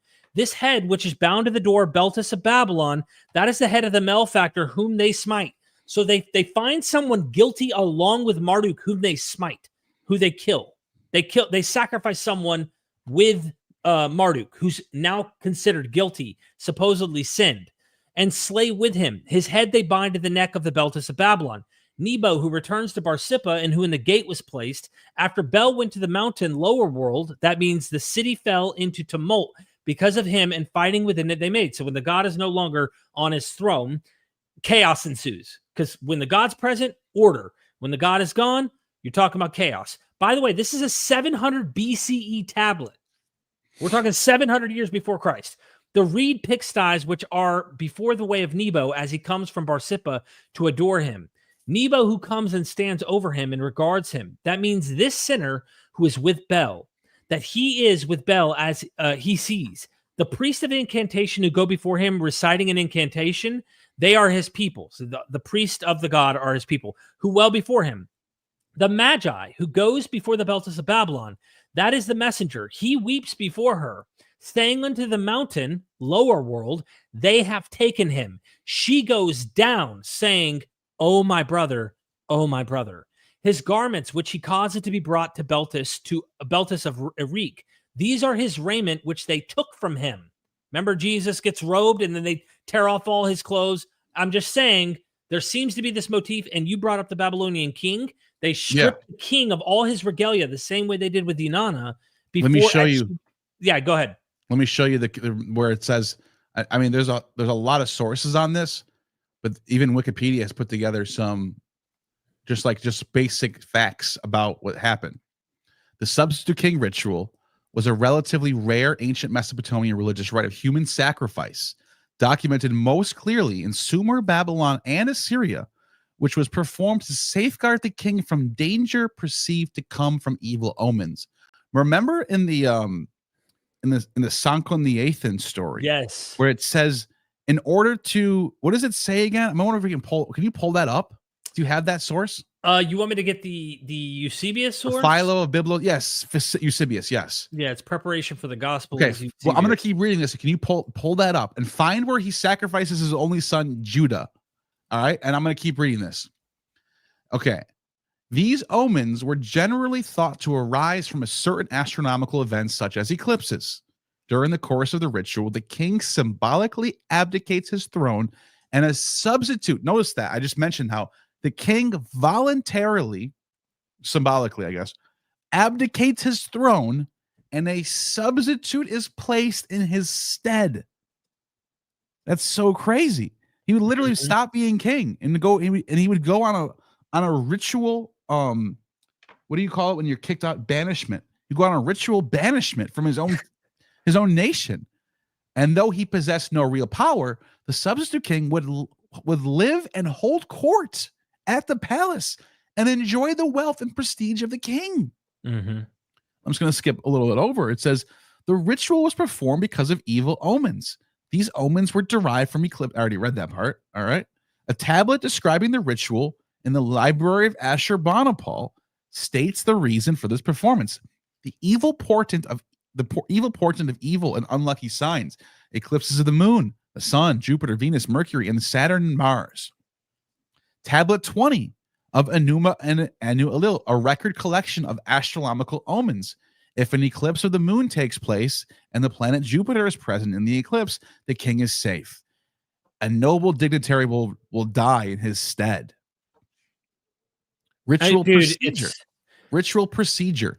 When it had been determined that the ritual was necessary, scholars from the king's inner circle would inform him. Sometimes this was done solely by the chief exorcist, though generally it seemed that a group of high-level scholars, such as the chief exorcist, chief scribe, and chief chanter, would collectively inform the kings of eclipses' bad omens. I'm trying to find what they're they like actually prophets. They're kind of like prophets. do. Yeah, they are. Warn. After receiving permission from the king, the chief exorcist began searching for a man to serve as a substitute. Generally, this was condemned criminal, prisoner of war, political adversary, menial laborer. An ideal substitute was someone whose death would not cause a great deal of unrest among the people. Often the letters of the king. How is that not Jesus Barabbas, bro? How is that not in line with? Well, that's what I'm saying. I think the gospel authors knew of this stuff. They knew this stuff. They were very scholarly people. They knew how to draw from the Old Testament and apply it to the New Testament. They knew how to draw from the Bacchae. They knew what there was. They knew what these sources were. They knew this stuff. So listen to this. Once a substitute was chosen, he would take the palace and be washed, anointed. He's literally a Christ. He's literally a Christ, anointed, given wine and food. There's his last Eucharist, right? He gets a little Eucharist at the end, given wine and food. He was dressed in the king's robes, which guess what is purple. If you didn't know that, that's a fact. The Babylonians wore dressed purple. in that too. Jesus was dressed in purple. He was anointed on his last night by Mary, and he was given wine and food and decorated with royal diadem. That's a crown. Now, I'm not saying it's a crown with thorns and other crown jewels placed upon the throne. Extant ritual tablets also that a girl or virgin was chosen instead of the queen by his side. Well, like, dude, you can't get. This is literally the scene. This is literally the scene from the Gospels. Jesus is taken and made the King of the Jews, mock king. Yep. This is literally what's happening. Bro, there's a freaking source in Philo of Alexandria. I have to find you. What did you find the Eusebius one though? Yes, I have it ready. You ready? Okay. All right. So we're gonna listen. I want to just let me pop my shit up real quick here. Yours is think okay, here it is. Okay, I'm not going to read any more of this other than to say the dude gets condemned. He's innocent. Yeah. He's innocent, but they're saying he's a sinner. He gets condemned. He gets killed. He gets buried. They're lamenting. It's all there. All bro. And then at the end, guess what happens at the end? Praises. He's back. Okay. Yeah. It's resurrection mode. Rejoice. The whole nine. Okay. So we're done with that. Now we're to your Eusebius, and I'm going to go look at Philo Biblos while you do this. I wanted you to read this one first before I go over here to this part. This is all in preparation for the gospel, just to point out that after he does this, he circumcises himself. Kronos also, going around the world, gives the kingdom of Attica to his own daughter, Athena. But then on the occurrence of pestilence, on mortality, look, that's the part that I wanted to show people. On the occurrence of pestilence, that's what the Babylonians did. Yep. Only on the occurrence of something bad's going on, bad omens, pestilence, and mortality, Kronos offers his only begotten son as a whole burnt offering to his father Uranos, and then circumcises himself, compelling his allies to do the same. That is exactly what we're looking at. We're looking at these mock king / human sacrifice rituals that were done to appease bad omens or pestilence. Here's the other one. All right, there you go. It was a custom of the ancients in great crisis of danger, as we just described from the Ashurbanipal tablets, for the rulers of a city or nation, in order to avert common ruin, same thing applies here, to give up the most beloved, in this case, it's the most beloved of their children. It's a little different here. The most beloved of their children for a sacrifice as a ransom to the avenging daemons. And those who were thus given up were sacrificed with mystic rites. Kronos then, whom the Phoenicians call El or Elus, was the king of the country, and subsequently, after his decease, was deified as the star Saturn, had by a nymph of the country named Anobret, an only begotten son, whom they on this account called Yedud, the only begotten, being still called among the Phoenicians. And when very great dangers from war beset the country, he arrayed his son in royal apparel, purple crown, king, and prepared an altar and sacrificed him. By the way, Saturn is the planet that's linked with the god, the Babylonian god. What's his name? Babylonian god Saturn. It's Ninerta. Okay. And I think Ninerta is also connected with kingship, I think. Yes, and The he king? fights a Yeah. 7-headed dragon. We have an ancient inscription of him fighting. Actually, I have that image right here. You want me to pop it up? Yeah. This is the same kingly motif you find in the book of Revelation where Christ fights Leviathan, the ancient sea dragon. You get the same ancient Babylonian, Mesopotamian, which, by the way, it finds its way in everything. And Here it is. Greeks, Here it is. In Yep. later times, Ninerta's reputation was fierce popular among the Assyrians.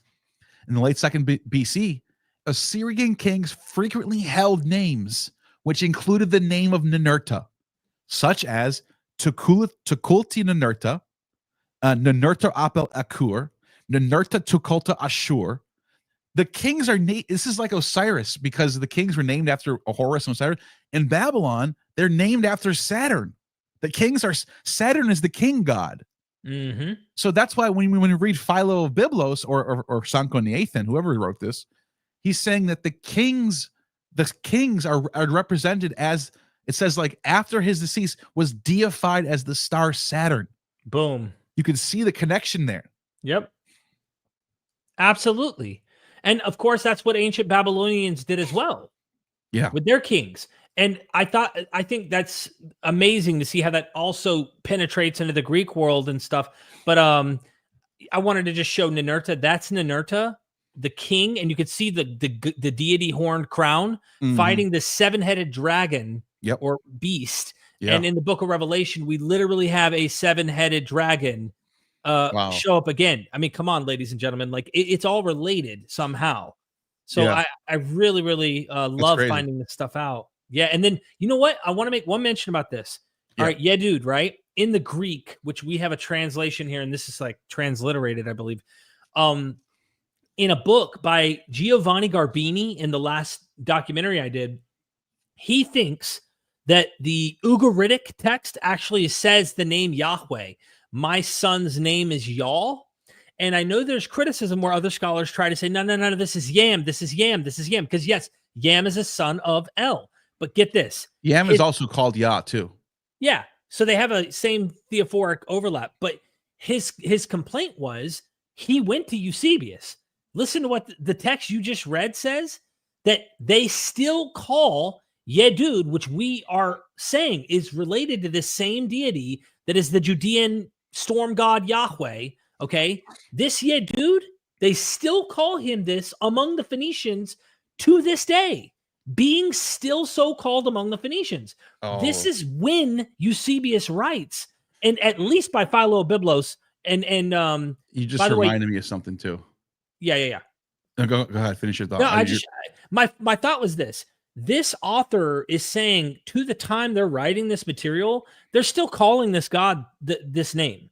And Giovanni Garbini says this is evidence that Yahweh was in the Ugaritic pantheon and still being called that among the Phoenicians to the day that they're writing this text we're reading right now.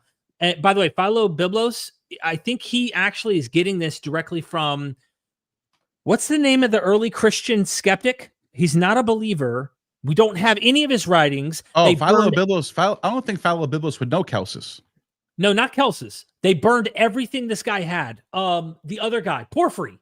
So no, he can't. It can't. Philo Byblos doesn't live that long. Philo Byblos is first century. No, this isn't Philo Byblos burn it. Eusebius is using. Yeah. No. That's true. That's true. We know that. Yeah, that's a fact. So that's what I was saying. Here's how it works.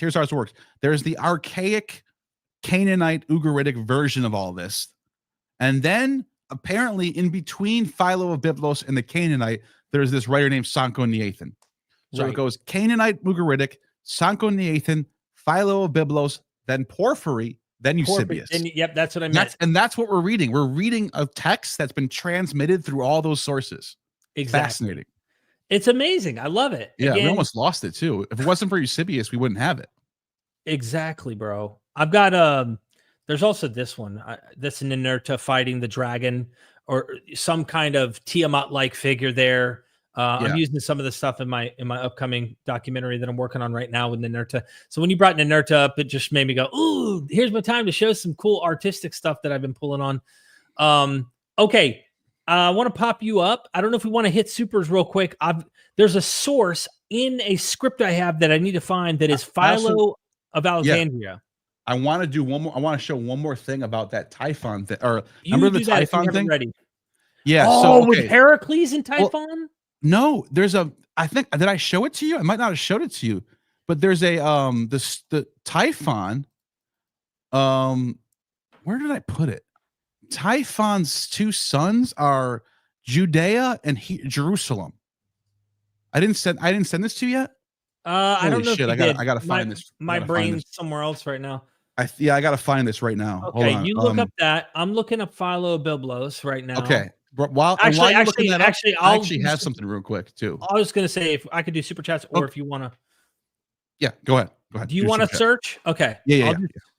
I'll do super chats then first, and then we'll go from there.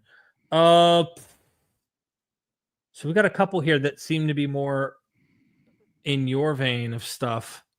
Where did you leave off? I don't even know where you left off on super chats. I think I left off on this one. Solera? Yes, this one right here. This is the new one. The newest one. Thank you, MM, for the super chat. Yeah. Okay, I can't wait to find this. I can't wait. Yeah, there's a lot here. I don't know the answer to this question though. In Highland Old Saxon, Jesus is imbued with Odinic imagery throughout the entire text. They call him, and I cannot pronounce this. That's what they mighty do. spear-wielding advancer and Sigurdsson, victory father, research the Highland. I imagine they would, especially once Christianity merges with people from the region that have the Odin, Thor mythology. Yeah, I've heard of that. And a lot of people argue that the Odin dying in a tree and the 9 days stuff, they try to argue that's Christian influence, that he self-sacrifices himself, piercing himself with a spear. It wouldn't shock me if it wasn't, though, just because it's so common. Yeah, the kind of sacrifice of a king kind of figure seems so common that it wouldn't shock me if the influence came from some earlier stuff. Did you want to comment on that? Or do you want me to move on? No, I think he's absolutely right. That when you start getting into like the Saxon sources, they're taking their ancestral religion or their ancestral customs of Odin and Christianizing it. And this is actually very common everywhere you go. Lithuania, we brought up Lithuania earlier. In Lithuanian religion, the images of Zemina, the earth goddess, is they just call it Mary. They just switched it over to Mary. So let me show you that real quick, and then I'll go to my other source. If we go to Zemina, for example, it says the cult diminished. So we're in the same period, the medieval period, as the cult was diminished after baptism of Lithuania, the whole country got baptized, ritually. Zemina's image and functions became influenced by the cult Virgin Mary. So this is what happens. Every place you look at, whether it be Spain, whether it be Greece, whether it be Rome, Christianity, what it does is it goes in and it just sort of like Christianizes the culture, and it leaves a lot of things intact. It leaves temples, it leaves hymns, it leaves heroes, and then it like switches things over to Christianize. For example, in Greece, Saint Demetrius has a story where Demeter visits him in a dream and tells him to worship Christ. And that's how they got the followers of Demeter to follow Christ. They do this. This is how they operate. So I actually think they're spot on here. Let me show you one more. I have a few more things, but we could let's do this one and then go to super chat and then another super chat and go back and forth. Yeah, I'm pulling up a source too while you do that. Yeah, this is also from Isis and Osiris. And it says the Egyptians believe that Typhon was of a red complexion. Like this is Typhon and Osiris is like Esau and Jacob. The one of them is evil and red, and the other one is beautiful and the beloved, like the great one, right? It's very similar. Typhon was of a red complexion. Also dedicate a sacrifice of their neat cattle of a red color, but they conduct the examination of these so scrupulously that if an animal has but one hair, black or white, they think it's wrong to sacrifice it. What does that remind you of? Let's see if the chat can do it. Oh, you already said it. Let's see if the chat. Let me just see. Let me just look. I just want to see if there's anyone in the chat. What does that remind you of, chat? Does anyone see if anyone can say it? First one to say it wins. First one to say what I just read. Let me read it again. Well, maybe they just didn't hear it. The Egyptians, because of their belief that typhons are red complexion, they dedicate a sacrifice such of their neat cattle as of a red color, but they conduct the examination of these so scrupulously. If an animal has one hair black or white, they think it is wrong to sacrifice it. Does anyone know what that reminds you of? The red heifer. Yes. There we go. GD did it first, but everyone JD? else was like GD. Let's see if I got my On your side, it was Graham Pong. Yes. Okay. So I have like a $sign thing that I was going to give them, but I only have access to your logos right now for some reason. Really? Yeah. I don't know. Last time I did this, I had my own. What do you do? I don't understand what you do. I don't know. Is there a way to put something up? I was just going to put it on the screen, a little $100 bill symbol. I don't know how you do it. I don't have it here. So Okay. So let's go back to what I was reading. For they regard as suitable for sacrifice not what is dear to the gods, but the reverse. Namely, such animals have incarnate in souls in them, and the unrighteous men transform their bodies. For this reason, they invoke curses on the head of the victim and cut it off. All right. But check this out. This is what I wanted to get to. I'm going to skip ahead a little bit. This is back to Apis. This brings us back to Apis again. I forgot about this. The reason why they hated Ochus, the most of all the Persian kings, because he was a detested and abominable ruler. They nicknamed him the ass, the donkey. And he remarked, but this ass will feast upon your bowl. Here we go. The donkey versus the bull again. Zeus versus Amen versus Yahweh. Amen versus Yahweh, right? And they slaughtered Apis as they slaughter the bull in derision of Amen, right? Right. But those who relate that Typhon's flight from the battle was made on the back of a donkey that lasted for 7 days. That's going to be very related to the Moses story, right? The donkey leading them to water.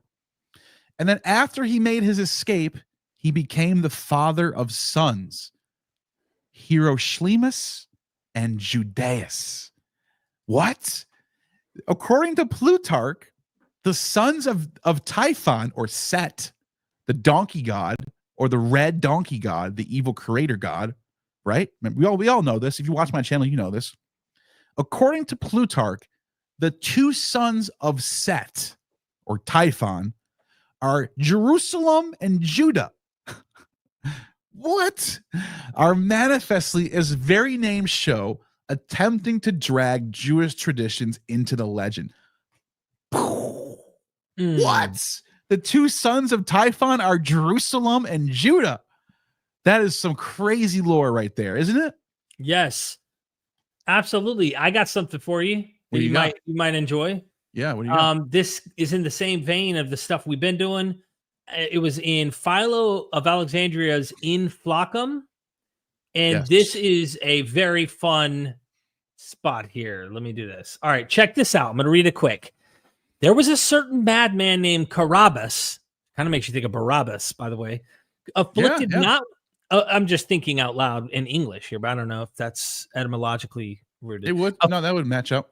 Afflicted not with a wild, savage, and dangerous madness, for that comes on in fits without being expected either by the patient or by the bystanders, but with an intermittent and more gentle kind. This man spent all this days and nights naked in the roads, minding neither cold nor heat, the sport of idle children and wanton youths, and they driving the poor wretch as far as the public gymnasium, and setting him up there on high that he might be seen by everybody, flattened out a leaf of papyrus and put it on his head instead of a diadem, and clothed the rest of his body with a common doormat instead of a cloak, and instead of scepter they put in his hand a small stick of the native papyrus, which they found lying by the wayside and gave to him. And when, like actors in theatrical spectacles, he had received all the insignia of royal authority and had been dressed and adorned like a king, The young men bearing sticks on their shoulders stood on each side of him instead of spear bearers, in imitation of the bodyguards of the king. And then others came up, some as if to salute him, and others making as though they wished to plead their cases or causes before him, and others pretending to wish to consult with him about the affairs of the state. Did they kill him? I don't know. I don't remember. It's been a while. I haven't read on. This was so similar to the scene with Jesus in the Passion. Let's see if they do. Then that's what I'm saying. How did you even know to come here? Well, this is in Flaccus. So I was looking up overlaps between the Passion, but I didn't actually draw the conclusion of whether or not he'd been killed or not. I'd have to keep reading it. But I did get into this source and started realizing, holy crap, tell me that doesn't hit that royalty. It's a mock king situation. Yeah. That's interesting. Arose a wonderful shout of men calling out Mars.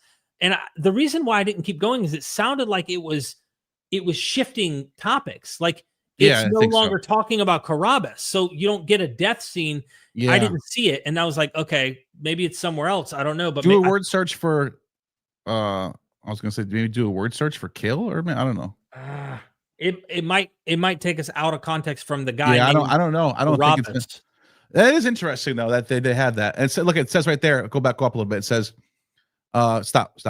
It says, and who was deposed to show their enemy in spite to the king, pretending not to see who did see and not to hear who did hear. Yeah, no, I mean that's. I think Philo is like proto-Christian. Here it is. When Flaccus heard, or rather when he saw this, he would have done right if he had apprehended the maniac and put him in prison, that he might not give to those who reviled him any opportunity or excuse for insulting their superiors. And if he had chastised those who dressed him up for having dared both openly and disguisedly, disguisedly, both with words and actions, to insult a king and a friend of Caesar, and one who had been honored by the Roman Senate with imperial authority, but he not only did not punish them, but he did not think fit even to check them, but gave complete license and impunity to all those who designed ill and who were disposed to show their enmity in spite to the king, pretending not to see what he did see and not to hear what he did hear. And when the multitude perceived this, I do not mean the ordinary and well-regulated population of the city, but the mob, which out of its restlessness and love of an unquiet and disorderly life was always filling every place with tumult and confusion, and who, because of their habitual idleness and laziness, were full of treachery and revolutionary plans, they flocking to the theater the first thing in the morning, having already purchased Flaccus for a miserable price, which he, with his mad desire for glory and with his slavish disposition, condescended to take to the injury not only of himself but also of the safety of the commonwealth, all cried out, I don't see it. That's why I don't think he kills him. I don't know. Yeah. It sucks. I wish there was some like. Yeah, like I thought I was leading up to something that sounded pretty interesting. Yeah. It was so close, man. So close. That's probably why I didn't go on. We're just doing a live investigation. We're just doing some digging. This isn't like a we're not like, this isn't like a proper. We're just digging, dude. Exactly. I hope people enjoy this with us. I enjoy this. I had a blast, dude. This is great. Did you want to finish off with the supers? Yes. Yeah. And I do have I have a few more things that I want to touch on before we go, but I do want to read some supers though. So I think the next one was this one, right? Yes. Oh, yep. No, this person wrote two of them. This person wrote two of them. And thank you for the super. Also in Heliand, it says that the Judeans erected a gallows on the mountain. And when asked to come down from the cross, he is asked to slip from the rope. Odin is also hanged, the god of the hanged. Yes. And I think there's some evidence that the Odin being hanged myth is actually has its roots before Christian influence. That's what I think someone was telling me that recently. I forgot who it was. I'd like to see that. I'd like to see that too. Because I think all of our sources are late. I mean, really late though. No, not the iconography though. There's a lot of iconography that goes back to the Iron Age that does show like Odin and hanging and all that stuff. Okay. So there might be something going on, like the 9 days and he sacrificed himself for himself. Like that might be Christian influence, but I'm just saying the idea of him hanging might be actually older. Interesting. Noah Anderson, thank you for the 20. Wow, everyone's dropping really, really nice big super chats today. I appreciate it. Yeah. Love both of your channels. Thank you so much for all the work you've been putting into this. Rock on, brothers. Thank you, Noah. And he came to my side and he said it on my side too. He says, oh, nice. Yeah, he says, love you guys, rock on, brothers. Thank you, Noah, for supporting both of us. Yeah, I appreciate that. Appreciate that. Really That's appreciate awesome. it. Yeah.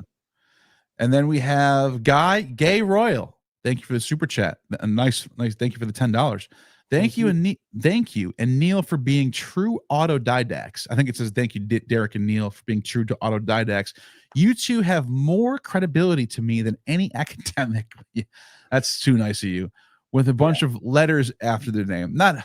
I would have to just put. I appreciate the compliment, but I would have to just say there's obviously PhDs out there who are just brilliant experts in their fields, and I go to them for a lot of stuff. I do too. That's me and Neil we know, like, we're, as Dennis McDonald called us, we're foxes. Yeah. And the experts are they dig in the holes and they're groundhogs. And what me and Neil are experts at is we have a little bit of skill that the groundhog has, but we have the foxes, like, let's talk to the whole world and really get this popularized. And we can understand the language of the groundhogs, even though we don't have the skill set and the depth that they do in that area, if that makes sense. But they're all stuck in one area. And that's what limits them. Right. They're all these specialists that got their PhD in this one subject. They're all just stuck in this little area. And not all of them. Some of them do act like us and do branch out, which is just super scholars, in my opinion. Those are the best ones. Those are the best ones. And by the way, those are the ones who I ironically get the most compliments from. Isn't that weird? Like, usually the ones who don't put doctor in front of their names when they hop on and stuff. The ones who are not trying to, like, use, the ones who don't use their credentials to make arguments, like you get, like, for Dan McClellan tells people I'm the one who studied the Bible for 10 years and you're wrong. Right. The ones who don't do that are the ones who are more likely to, like, actually engage with what you and I are doing and give honest feedback and give good feedback, or tell us we're wrong or tell us we're right, rather than just being like, yeah, you know what I mean? Yeah. Like, it's something I noticed. I don't know. Yeah. Thank you. Thank you for that super chat. And then it says, it's the same. See. Oh, they did it to both of us. Okay. Yes. I see what you're saying. Okay. So I appreciate on the double. I really appreciate that. And then we have GD with the $5. What jutting headland is being referred to in Homer's hymn to Dionysus? Let's look that up. I think that's the Dead Sea. I think it's talking about the Dead Sea in the hymn, but it could be Dionysus. I have the Greek over here too. I can look up I have the Greek literally over here. I was in my living room. There's two of them, so I hope I pulled the right one up. Let me see. Which he's talking about the one where Dionysus gets captured by the pirates, and they're heading to find his family for booty, and not the kind of booty we would imagine. Pirate booty. Yeah. So I think. Oh, am I sharing the right screen? Oh, you gotta put yours away. Oh, I'm sorry. You're good. Okay. So this is the one translated by Gregory Nagy. So this is a good translation. Dionysus, son of most glorious Semele. And wait, what was his question? What is the jutting headland? Let's see if this translation has that. Jutting headland. On a prominent headland, looking like a young man, the shore of a barren sea, on a prominent headland. Barren sea. It's the Dead Sea. I promise you, this gets into the Nisam Amslog stuff, Neil. Really? Yes. The hymn to Dionysus, they're Wait, though. Hold on a second.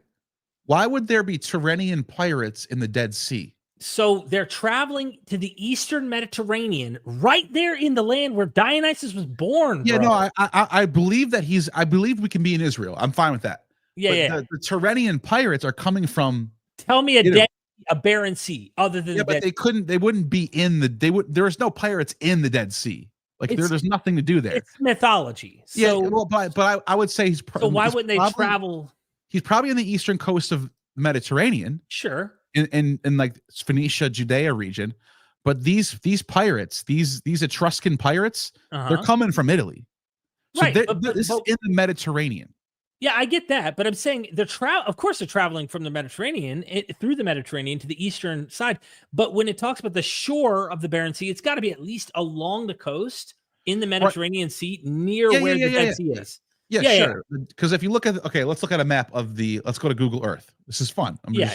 I love it, dude. This is what we live for, bro. By the way, if anyone thinks we're having tension, this is me and No, this Neil. is what We do this stuff all the time. We're like, yeah, bro. Sometimes and then you end up being right all the time, and I go, oh shit, good point. But oftentimes you're more right than I am. No. So, all right, so let's see here. Write me a check after the show. Okay, so the Dead Sea is over here. Yep. Right? Yeah. Dead Sea. Oh no. Dead Sea is right here. Oh, yep, right there. Yes, Dead Sea. That's why I was right the first time. So it could have been along the coast. If the Etruscan pirates were coming from over here, they're probably over here. We're probably in this region, and like you can't take your boat over here. You can't get over here. No, I see what you're saying. Yeah, I would say he's over here somewhere. Yeah, so which is interesting because isn't Beth Shean? Let's see, Beth Shean. Let's see if we can get there. Oh, Beth Shean's over here, huh? Yeah, I would say he's over here somewhere. You know? Yeah. Or what about Scythopolis? I think it's the same place. I'm asking ChatGPT just to see if it has. Yeah, look, it's the same sources. Place. It's the same place. So if he's born, this would be Nisa. Is there a mountain here anyway, by any chance? I don't see anything. There probably is. There's a lot of mountains around here. But there's supposedly a Mount Nisas in this region. That's what they said. That's what, according to Homer and another source, Mount Nisas in this region. So if he's born in Mount Nisa, he would be hanging out over here somewhere, right? Huh. So yeah, I would think it would be near that region. But let's go back to the text again. You said barren sea, right?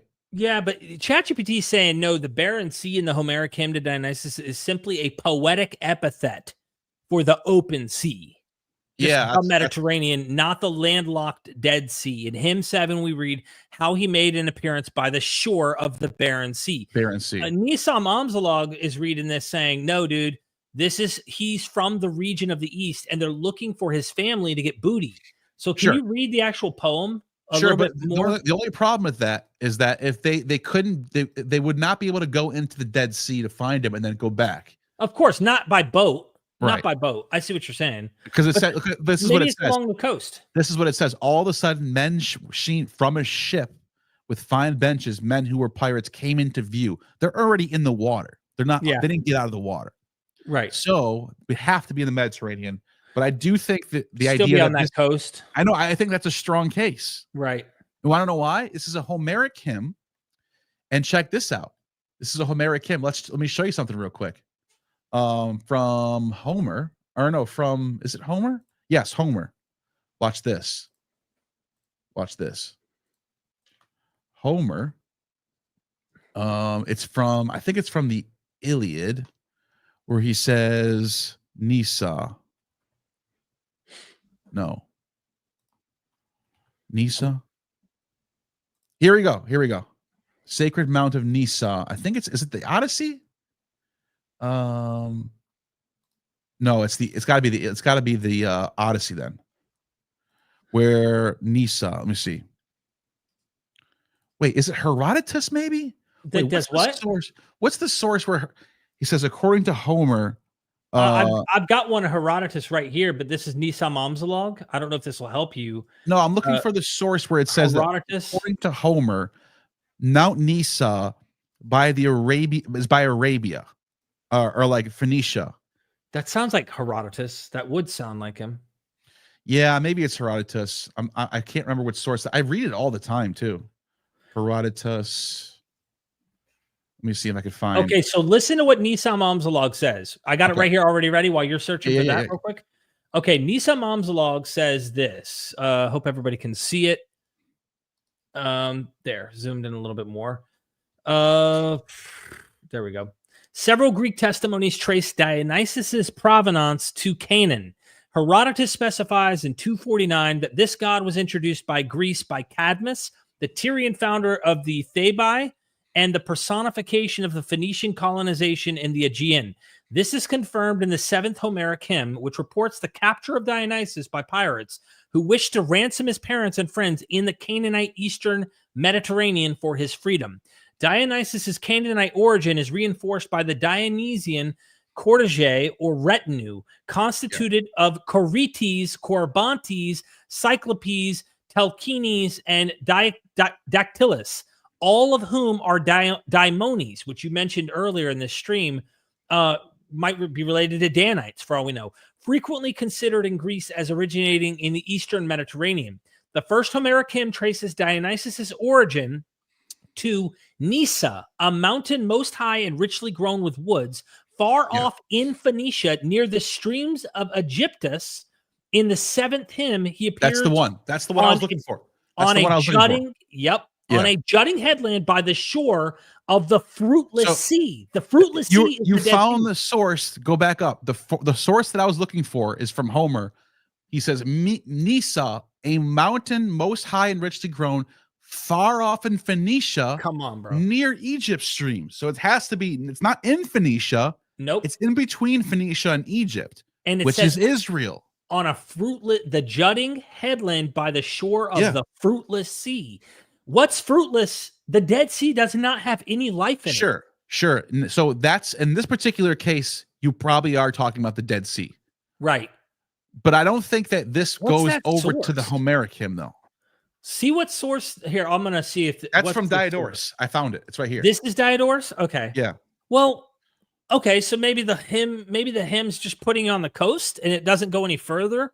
Diodorus. Here, let me show you. Let me share my screen real quick and show you where the exact hymn is from Diodorus. And it's citing a Homer source that's in one of the Homer sources that I don't think we'll have anymore. But here's what it says. Okay. It says Zeus taking up the child. Crop it in a little if you can. I don't know if you can or not, but okay. Just so everybody could see it. There we go. Wait, what happened? I think I went to Zeus taking up the child from the dead body of his mother, handed over to Hermes and ordered him to take it to a cave in Nysa, which lay between Phoenicia and the Nile, where he said where we should deliver it to the nymphi. And then it says, he received the name that he bears from Zeus, Dios and Nysa, which is correct. And Homer bears witness into this hymns when he says, there is a certain Nysa, mountain high, with forests thick, and Phoenicia afar, close to Egypt's streams. And he received this by rearing the nymphs in Nysa. So you can see, okay, where are we talking about? If it's not in Egypt, and it's not in Phoenicia, and it's somewhere in between, we're either in Sinai or we're in Judea. That's it. That's your only two options.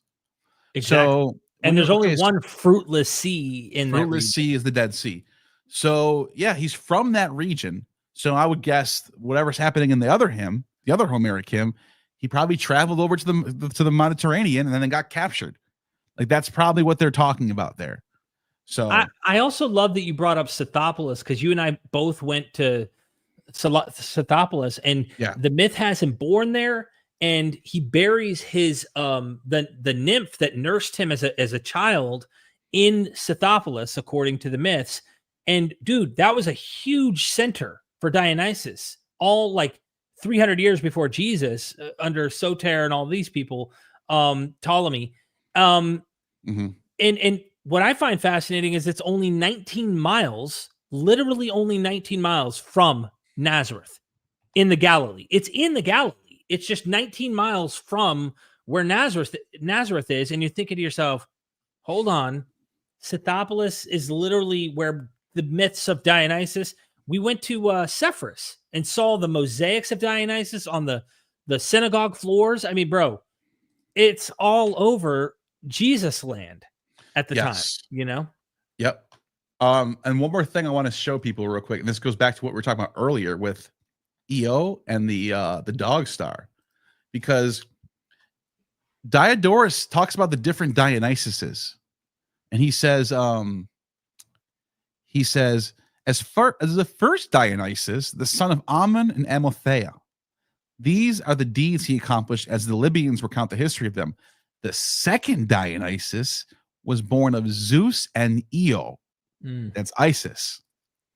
So, and that's another passage he talks about Zeus and Isis giving birth to Dionysus here. So, okay, there's that. And there's another weird passage we get from Plato, out of all places, where Plato says, in Cratylus, he talks about this goddess who's Sophia. He literally says Sophia. This is wisdom, Sophia. For things in motion, pheromena, which grasp, and he says, ephoptamen, and touches, epaphone, Epaphus. See it? Right. Yep. Epaphone. So there's this goddess that which grasps and touches and is able to follow them is Sophia, wisdom. Therapatha, which is where we get the name Persephone from, or something, which is like another version, it's another face of Isis, or something that sort, which would therefore be the correct name of the goddess because she is wise and touches, epathen, things in motion. And it literally says, epathe to paraphomenu, the touch of Persephone. That's what it's basically saying. The touch of Persephone. And this is the reason why Hades, who is wise, Sophos, consorts with her, because she is Sophia, but people have altered her name, attaching a more importance to euphony than to truth, Aletheia, and they call her Theraphata. Like, whoa, what is Plato getting into now? Plato's getting into Epaphus and the mother, Isis. That's what this is. This is Platon. So you can see the Platonists already had some sort of doctrine related to the mother and the child. Wisdom, Sophia. By the way, Mary's called Sophia in Gnostic circles. Mary's called Sophia. The mother of the divine child is called Sophia. That's Platonism, dude. That's right there in Plato. How people in the tradition aren't seeing this. I remember I did a video. They don't read Plato. They don't know Plato. This is completely foreign to them. I did a video a long time ago with Bob Price about Mary. Man, I had Catholic apologists doing response videos, tagging my video. Mary is not related to this. Mary is not.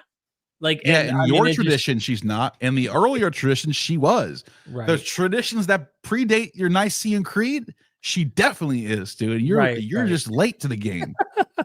Sorry, it's the truth. Exactly. So, yeah, I think that's it for my sources. A couple more super chats here. Constellation Pegasus, thank you for super chatting, Nil. I want to see, please comment on my video to make sure that I have your name is not blocked from any of my mods having blocked you on the channel at any point. So if you want to test that out, if you're still watching, check it out at some point. I want to see. But one last go ahead. Need a video of both of you, your library book collection. I agree. We need to do that. You need to get your library sent to your house. That's what you need to do. It's in my trailer, but I'm about to be in my new home soon, and hopefully I will be streaming a lot and doing videos a lot. I'm going to have to be a busy boy, man. Yeah. I got to take care of everybody here. So I'm going to be working overtime, bro. Yeah. Oh, yeah. Thank you for that super chat. Thank you. Daniel Kyle, member for 11 months. Wow. Give him a head applause. Absolutely. Have you guys heard of Bible Project? I have, actually. They cover motifs in the Bible. You guys cover motifs in ancient sources, built chronologically, evolution of these motifs. I was a huge fan of Bible Project when I was a Christian. Huge fan. I used to watch all their videos in those years leading up. Like when that channel first started, I remember watching it, and then it got better and better and better. And I haven't watched it in a while, but I was a huge fan of that channel for a long time. Yeah, I think they do a good job. I really do. They go really deep into the sources. They're obviously they're Christians. They have their worldview, but I actually respect their work as far as like the research they do, how deep they go. I think they're a little bit biased. Obviously, they're looking for connections. They're looking for the Old Testament pointing to Jesus. I get it. I was doing the same thing. I was watching their videos doing those same things, but I think they do a good job. I do. I have nothing bad to say about them. Yeah, we just like to go beyond just that. We like to also see that it's bigger than just the Bible. Much bigger, much bigger, much messier.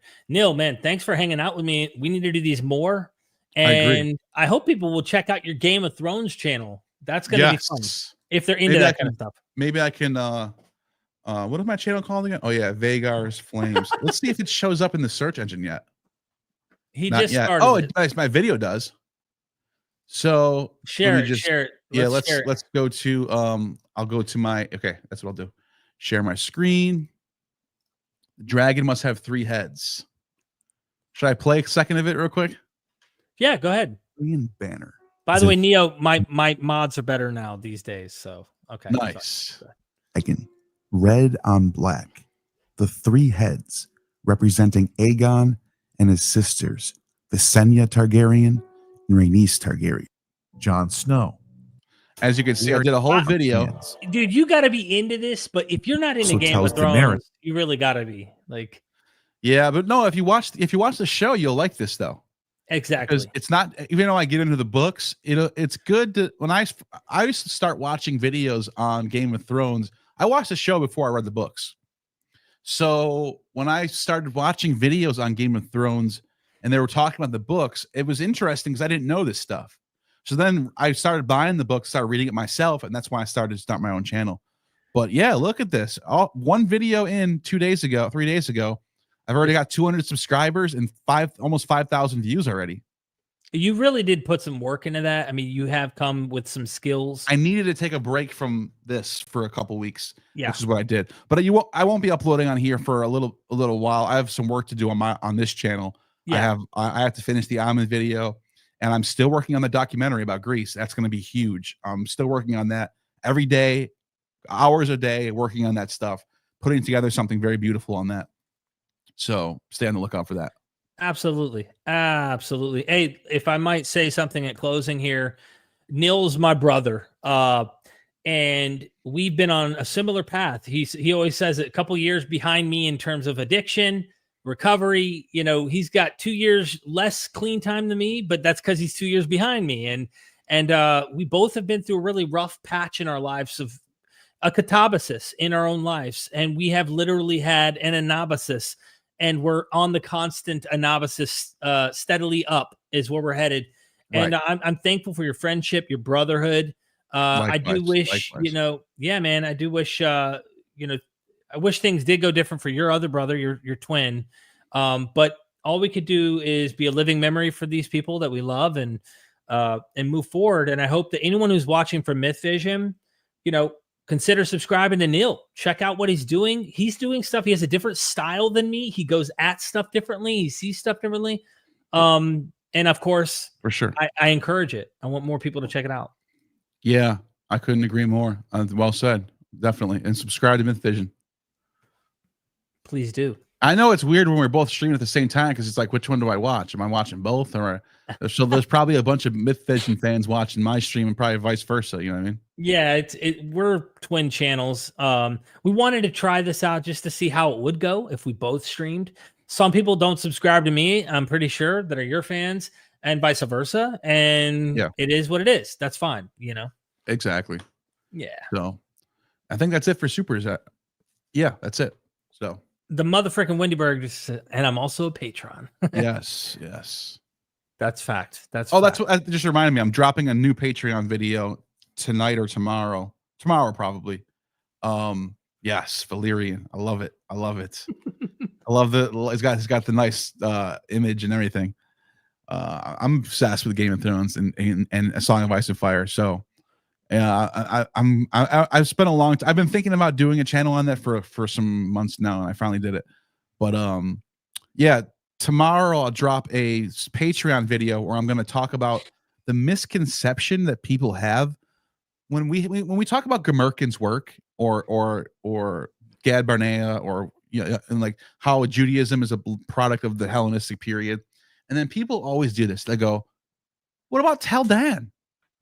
Huh? Yeah. Duh. They're like, dude, that was an easy debunk. Slam dunk. What about the Mesha Stele? What the Hezekiah stone, bro? Yeah. And it's like, I keep getting this. I keep getting these complaints or comments or rebuttals, and I keep having to explain those do not mention the Bible. The Right. Mesha Stele is not mentioning the Bible. The Taldan's not mentioning the Bible. The Hezekiah stone's not mentioning the Bible. There's no Moses. There's no Abraham. We are not saying Israel did not exist and that there wasn't kings of Israel that are historical. Right. We're not saying that. And here's what I noticed. It's very, very strange. We're so brainwashed as a society by Christianity and Judaism or Islam in the East. We're so brainwashed by it. Even secular people are, that we presuppose that anything that mentions David knows about the Bible. Right. We just assume the Bible is like this historical thing that just is just a given. That nobody can. It's so hard to get people to understand what I'm saying when I talk about this stuff. When I bring up elephantine, like Balaam. Balaam. Look at Balaam.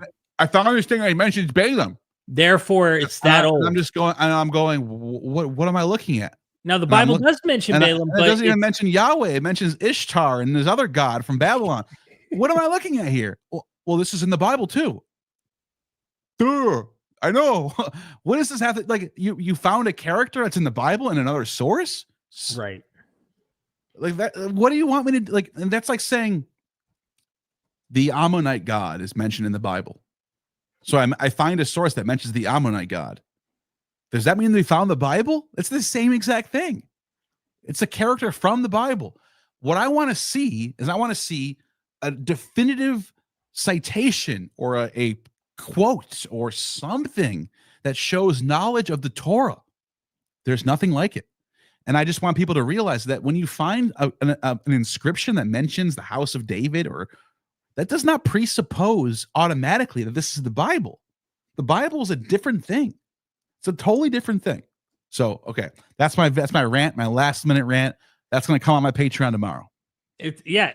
Hey, look, a couple supers on your end. To what extent do you believe Plato's? Good thing I ranted for a little bit. We got a couple. Yeah. To what extent do you believe Plato's noble lie to unify, pacify the masses, influence Christianity wittingly and not? Absolutely. I think it's not even like it's some master plan conspiracy that they're all like sitting in a dark room going, we're going to use Plato's lie and get them on this. It's not like that. It's more like there's legends and mythology. Plato influences people indirectly and directly. He's just like spreads his ideas, just spread into the culture, and then his ideas become like very like popular. And this idea of like a unifying mythology and a nation building legends that happen in the Hellenistic period are directly inspired by Plato's thinking. So yeah, Plato is obviously inspiring people, whether it's directly or indirectly. Right. That's what I think it is. So this idea of a noble lie is just naturally, people are just naturally doing it. It just becomes a thing people do. I kind of wonder if Plato's actually picking up this idea and he notices this idea already. I mean, the national identity and having antiquity laws, antiquity narratives and stuff like that. Yeah. It wouldn't shock me if Plato's actually just recognizing a known motif of mythology and creating foundational myths that humans have been doing already. He's noticing what works. He's going, he's sitting around going, what made the Babylonians so great? What made the Persians so great? Why is Athens so great right now? Yeah. And it's like, well, people believe in these nation building stories, and they have these laws that were given by the gods. And it's like, Herodotus. This is what we have to do. If you want a good republic, you need the laws to be given by the gods, period. Mm-hmm. That's why you get all these lawgiver stories of a guy being kicked out of a nation, meeting a god who gets an oracle, he gets new laws, he goes to a new promised land. It's the type of story you get in the Hellenistic period. Game of Thrones, shameless plug, the moment where Littlefinger is facing the eunuch, I can't remember his name. You always correct me on this stuff because I'm bad with their names, but they're in the king's room with the sword chair and all. And he says, there are just a bunch of stories we tell ourselves and they're all lies. And he goes, yeah, well, we need the lies. This is the eunuch saying something about like, what do we have left if we don't have the lies? And he goes, we have chaos. And he's like, chaos is not, chaos is a ladder. Yeah, chaos. And it was a really interesting scene. And that, by the way, that's not even in the books, by the way. That was one of the brilliant writing scenes that the show did that the books didn't Interesting. do. Yes. I didn't know that. Okay. Yeah, no, and but his character is like that in the books. So it's very spot on as far as how the books are. But what I love about those two characters, Varys and Littlefinger, is they represent chaos and order. That scene was so good. The reason why it was so good is because it was so on the money what those two characters are doing and what they represent. Varus is representing the people, the realm. He wants to serve the realm. That's all he cares about. Littlefinger wants to serve himself.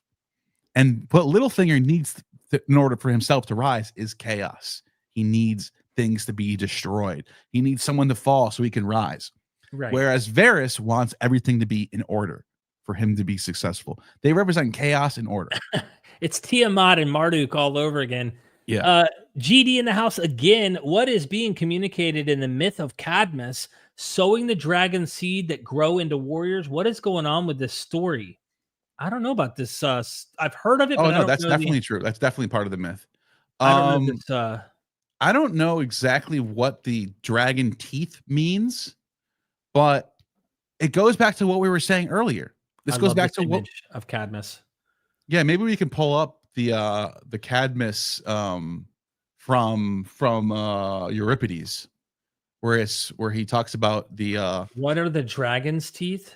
Cadmus. Do you want to do it, Rick, or do you got to go? I gotta go soon, but what are okay? Well, maybe we could just do it next time. But basically, my answer to that, real quick, would be it's related to what we've been talking about in this stream of the line of Cadmus being this chosen line that starts back with Prometheus and ends with Dionysus. And so, yeah, he's sowing the dragon teeth and I think that the word for teeth can be like seeds or something like that. Dragon seeds or teeth. They're used as seeds, though, basically. I know ChatGPT. I just throw it in there just to see what it says. You can never trust this thing. You always have to fact check with the primary sources and check academics out because sometimes it messes it up. But it says in the myth of Cadmus, the dragon's teeth are literally the teeth of the monstrous serpent. He's slain at the spring of Ares. Athena instructs him to sow those teeth in the furrowed earth like seeds. From them spring up fully armored warriors, the Spartoi, sown men, who immediately fall to fighting one another until only 5 survive to help Cadmus found Thebes. Yeah. What a weird-ass origin myth. Yeah, it's a very weird story.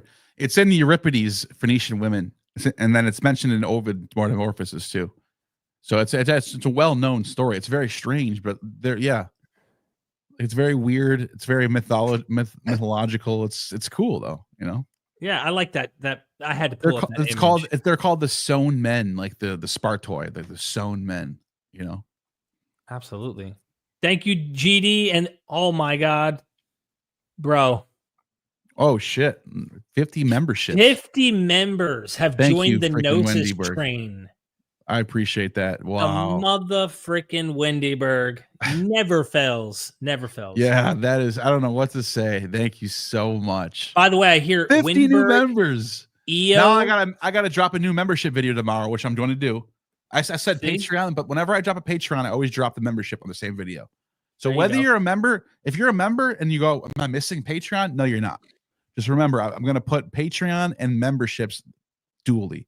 So tomorrow, now that there's 50 new of you, you're going to see a brand new video that only you 50 can watch and whoever else is already there. That's the advantage. Yep. Thank you, Wendyberg. I appreciate it. By the way, there's an ancient source that says Wendyberg, Io, Isis, Inanna, Ishtar, they are all the same deity.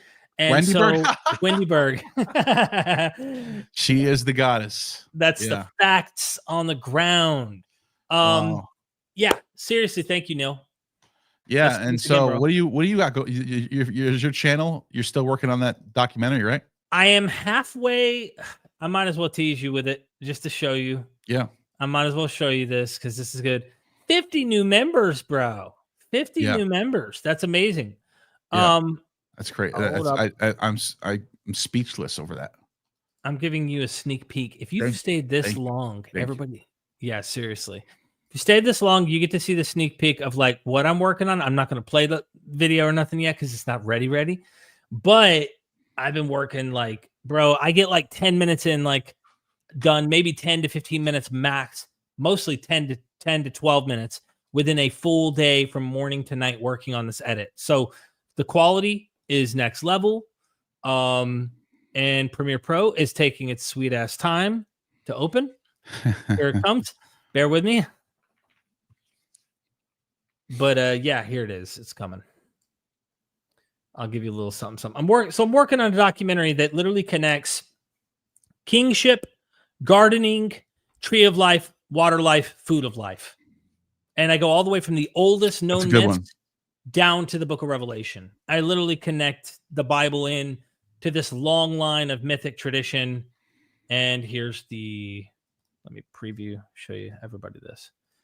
It's a lot of really cool insight. I don't know if you can see this or not, but I've got like all sorts of stuff. Whoa, that's a lot of editing right there. Bro, when I that's say very intricate, that's a lot. You have a lot of layers going on. I can see that. Oh yeah, look, it goes up. Damn. I mean, some of them go up like. That's a lot of editing. Yeah, I do a lot of that. Like I'll put a lot into hear it. You can't hear it, but you can kind of hear it. But you see the sacred tree on the left. Let me just do this here. Identified with a woman putting their hair up in a bun. I try to really take my time. God-man is identified so you really know what I'm talking about. You know what I mean? Yeah. Oh yeah, it's great editing. Both wear plain robes, and so I'm walking people through. That's amazing. That's amazing editing. Yeah. George Smith. Your last one was phenomenal, by the way. The Yahweh dying and rising was a phenomenal video. Thank you, bro. If people watching this right now, go and watch the Yahweh dying and rising video. That video is so good. It was one of the best you've ever done, I think. I hope this one matches that energy, because I figured out if you just take your time, you do it right, you really take care of what you're doing. It's going to be on the internet forever. So why not make a banger? That's right. That's right. And that literally comes down to the memberships in the Patreon. If I didn't have that support, bro, I'd have to just do streams. I mean, I couldn't take my time and produce a banger. Exactly. That's what you guys helped me out with memberships, and it's not just finding. Sometimes I've got to pay for scholars. Sometimes I don't. Most of the time I don't, but sometimes you do. It's not just that. I know I have that in there for like, please join so I can find scholars, but really it's so I can take my time and make better videos. Yeah, that too. Yeah. That's really a major part of this. Yeah. And bro, when you put in your work, like I'll come to your house and I'm looking at what you're cooking and I'm going, Jesus, you're so deep in the matrix, bro. You need to go. There's like 30 books opened up with tabs in them and shit. Bro, you're like nutcase in a room. And I'm like, yo, come over and go swimming with me, bro. Like, chill out. Let's go swimming. Yeah, that's exactly what happens. Yeah, man. Yeah. Get a bottle of wine, and then you're cracking up some Dionysus, and we're chilling in the pool. And that's my once a month. I have to do that. I have to do a release. And then I go back to being completely sober for the next 29 days. That's how I am. I had that one release day where I just kind of crack open a bottle of or sometimes I do it on the streams where I'll do it at late night, Yeah, you're chilling. It helps you take your mind off of crazy, it's just a nice little release. I don't recommend it. People shouldn't drink, but that's what I do. Well, I had a blast. Thank you for everybody. Really appreciate it. Let's do this again, Neil. Yes, let's find another crazy deep rabbit hole. We'll do it in a few days. Well, ladies and gentlemen, you have just attained true gnosis. And never forget, we are MythVision.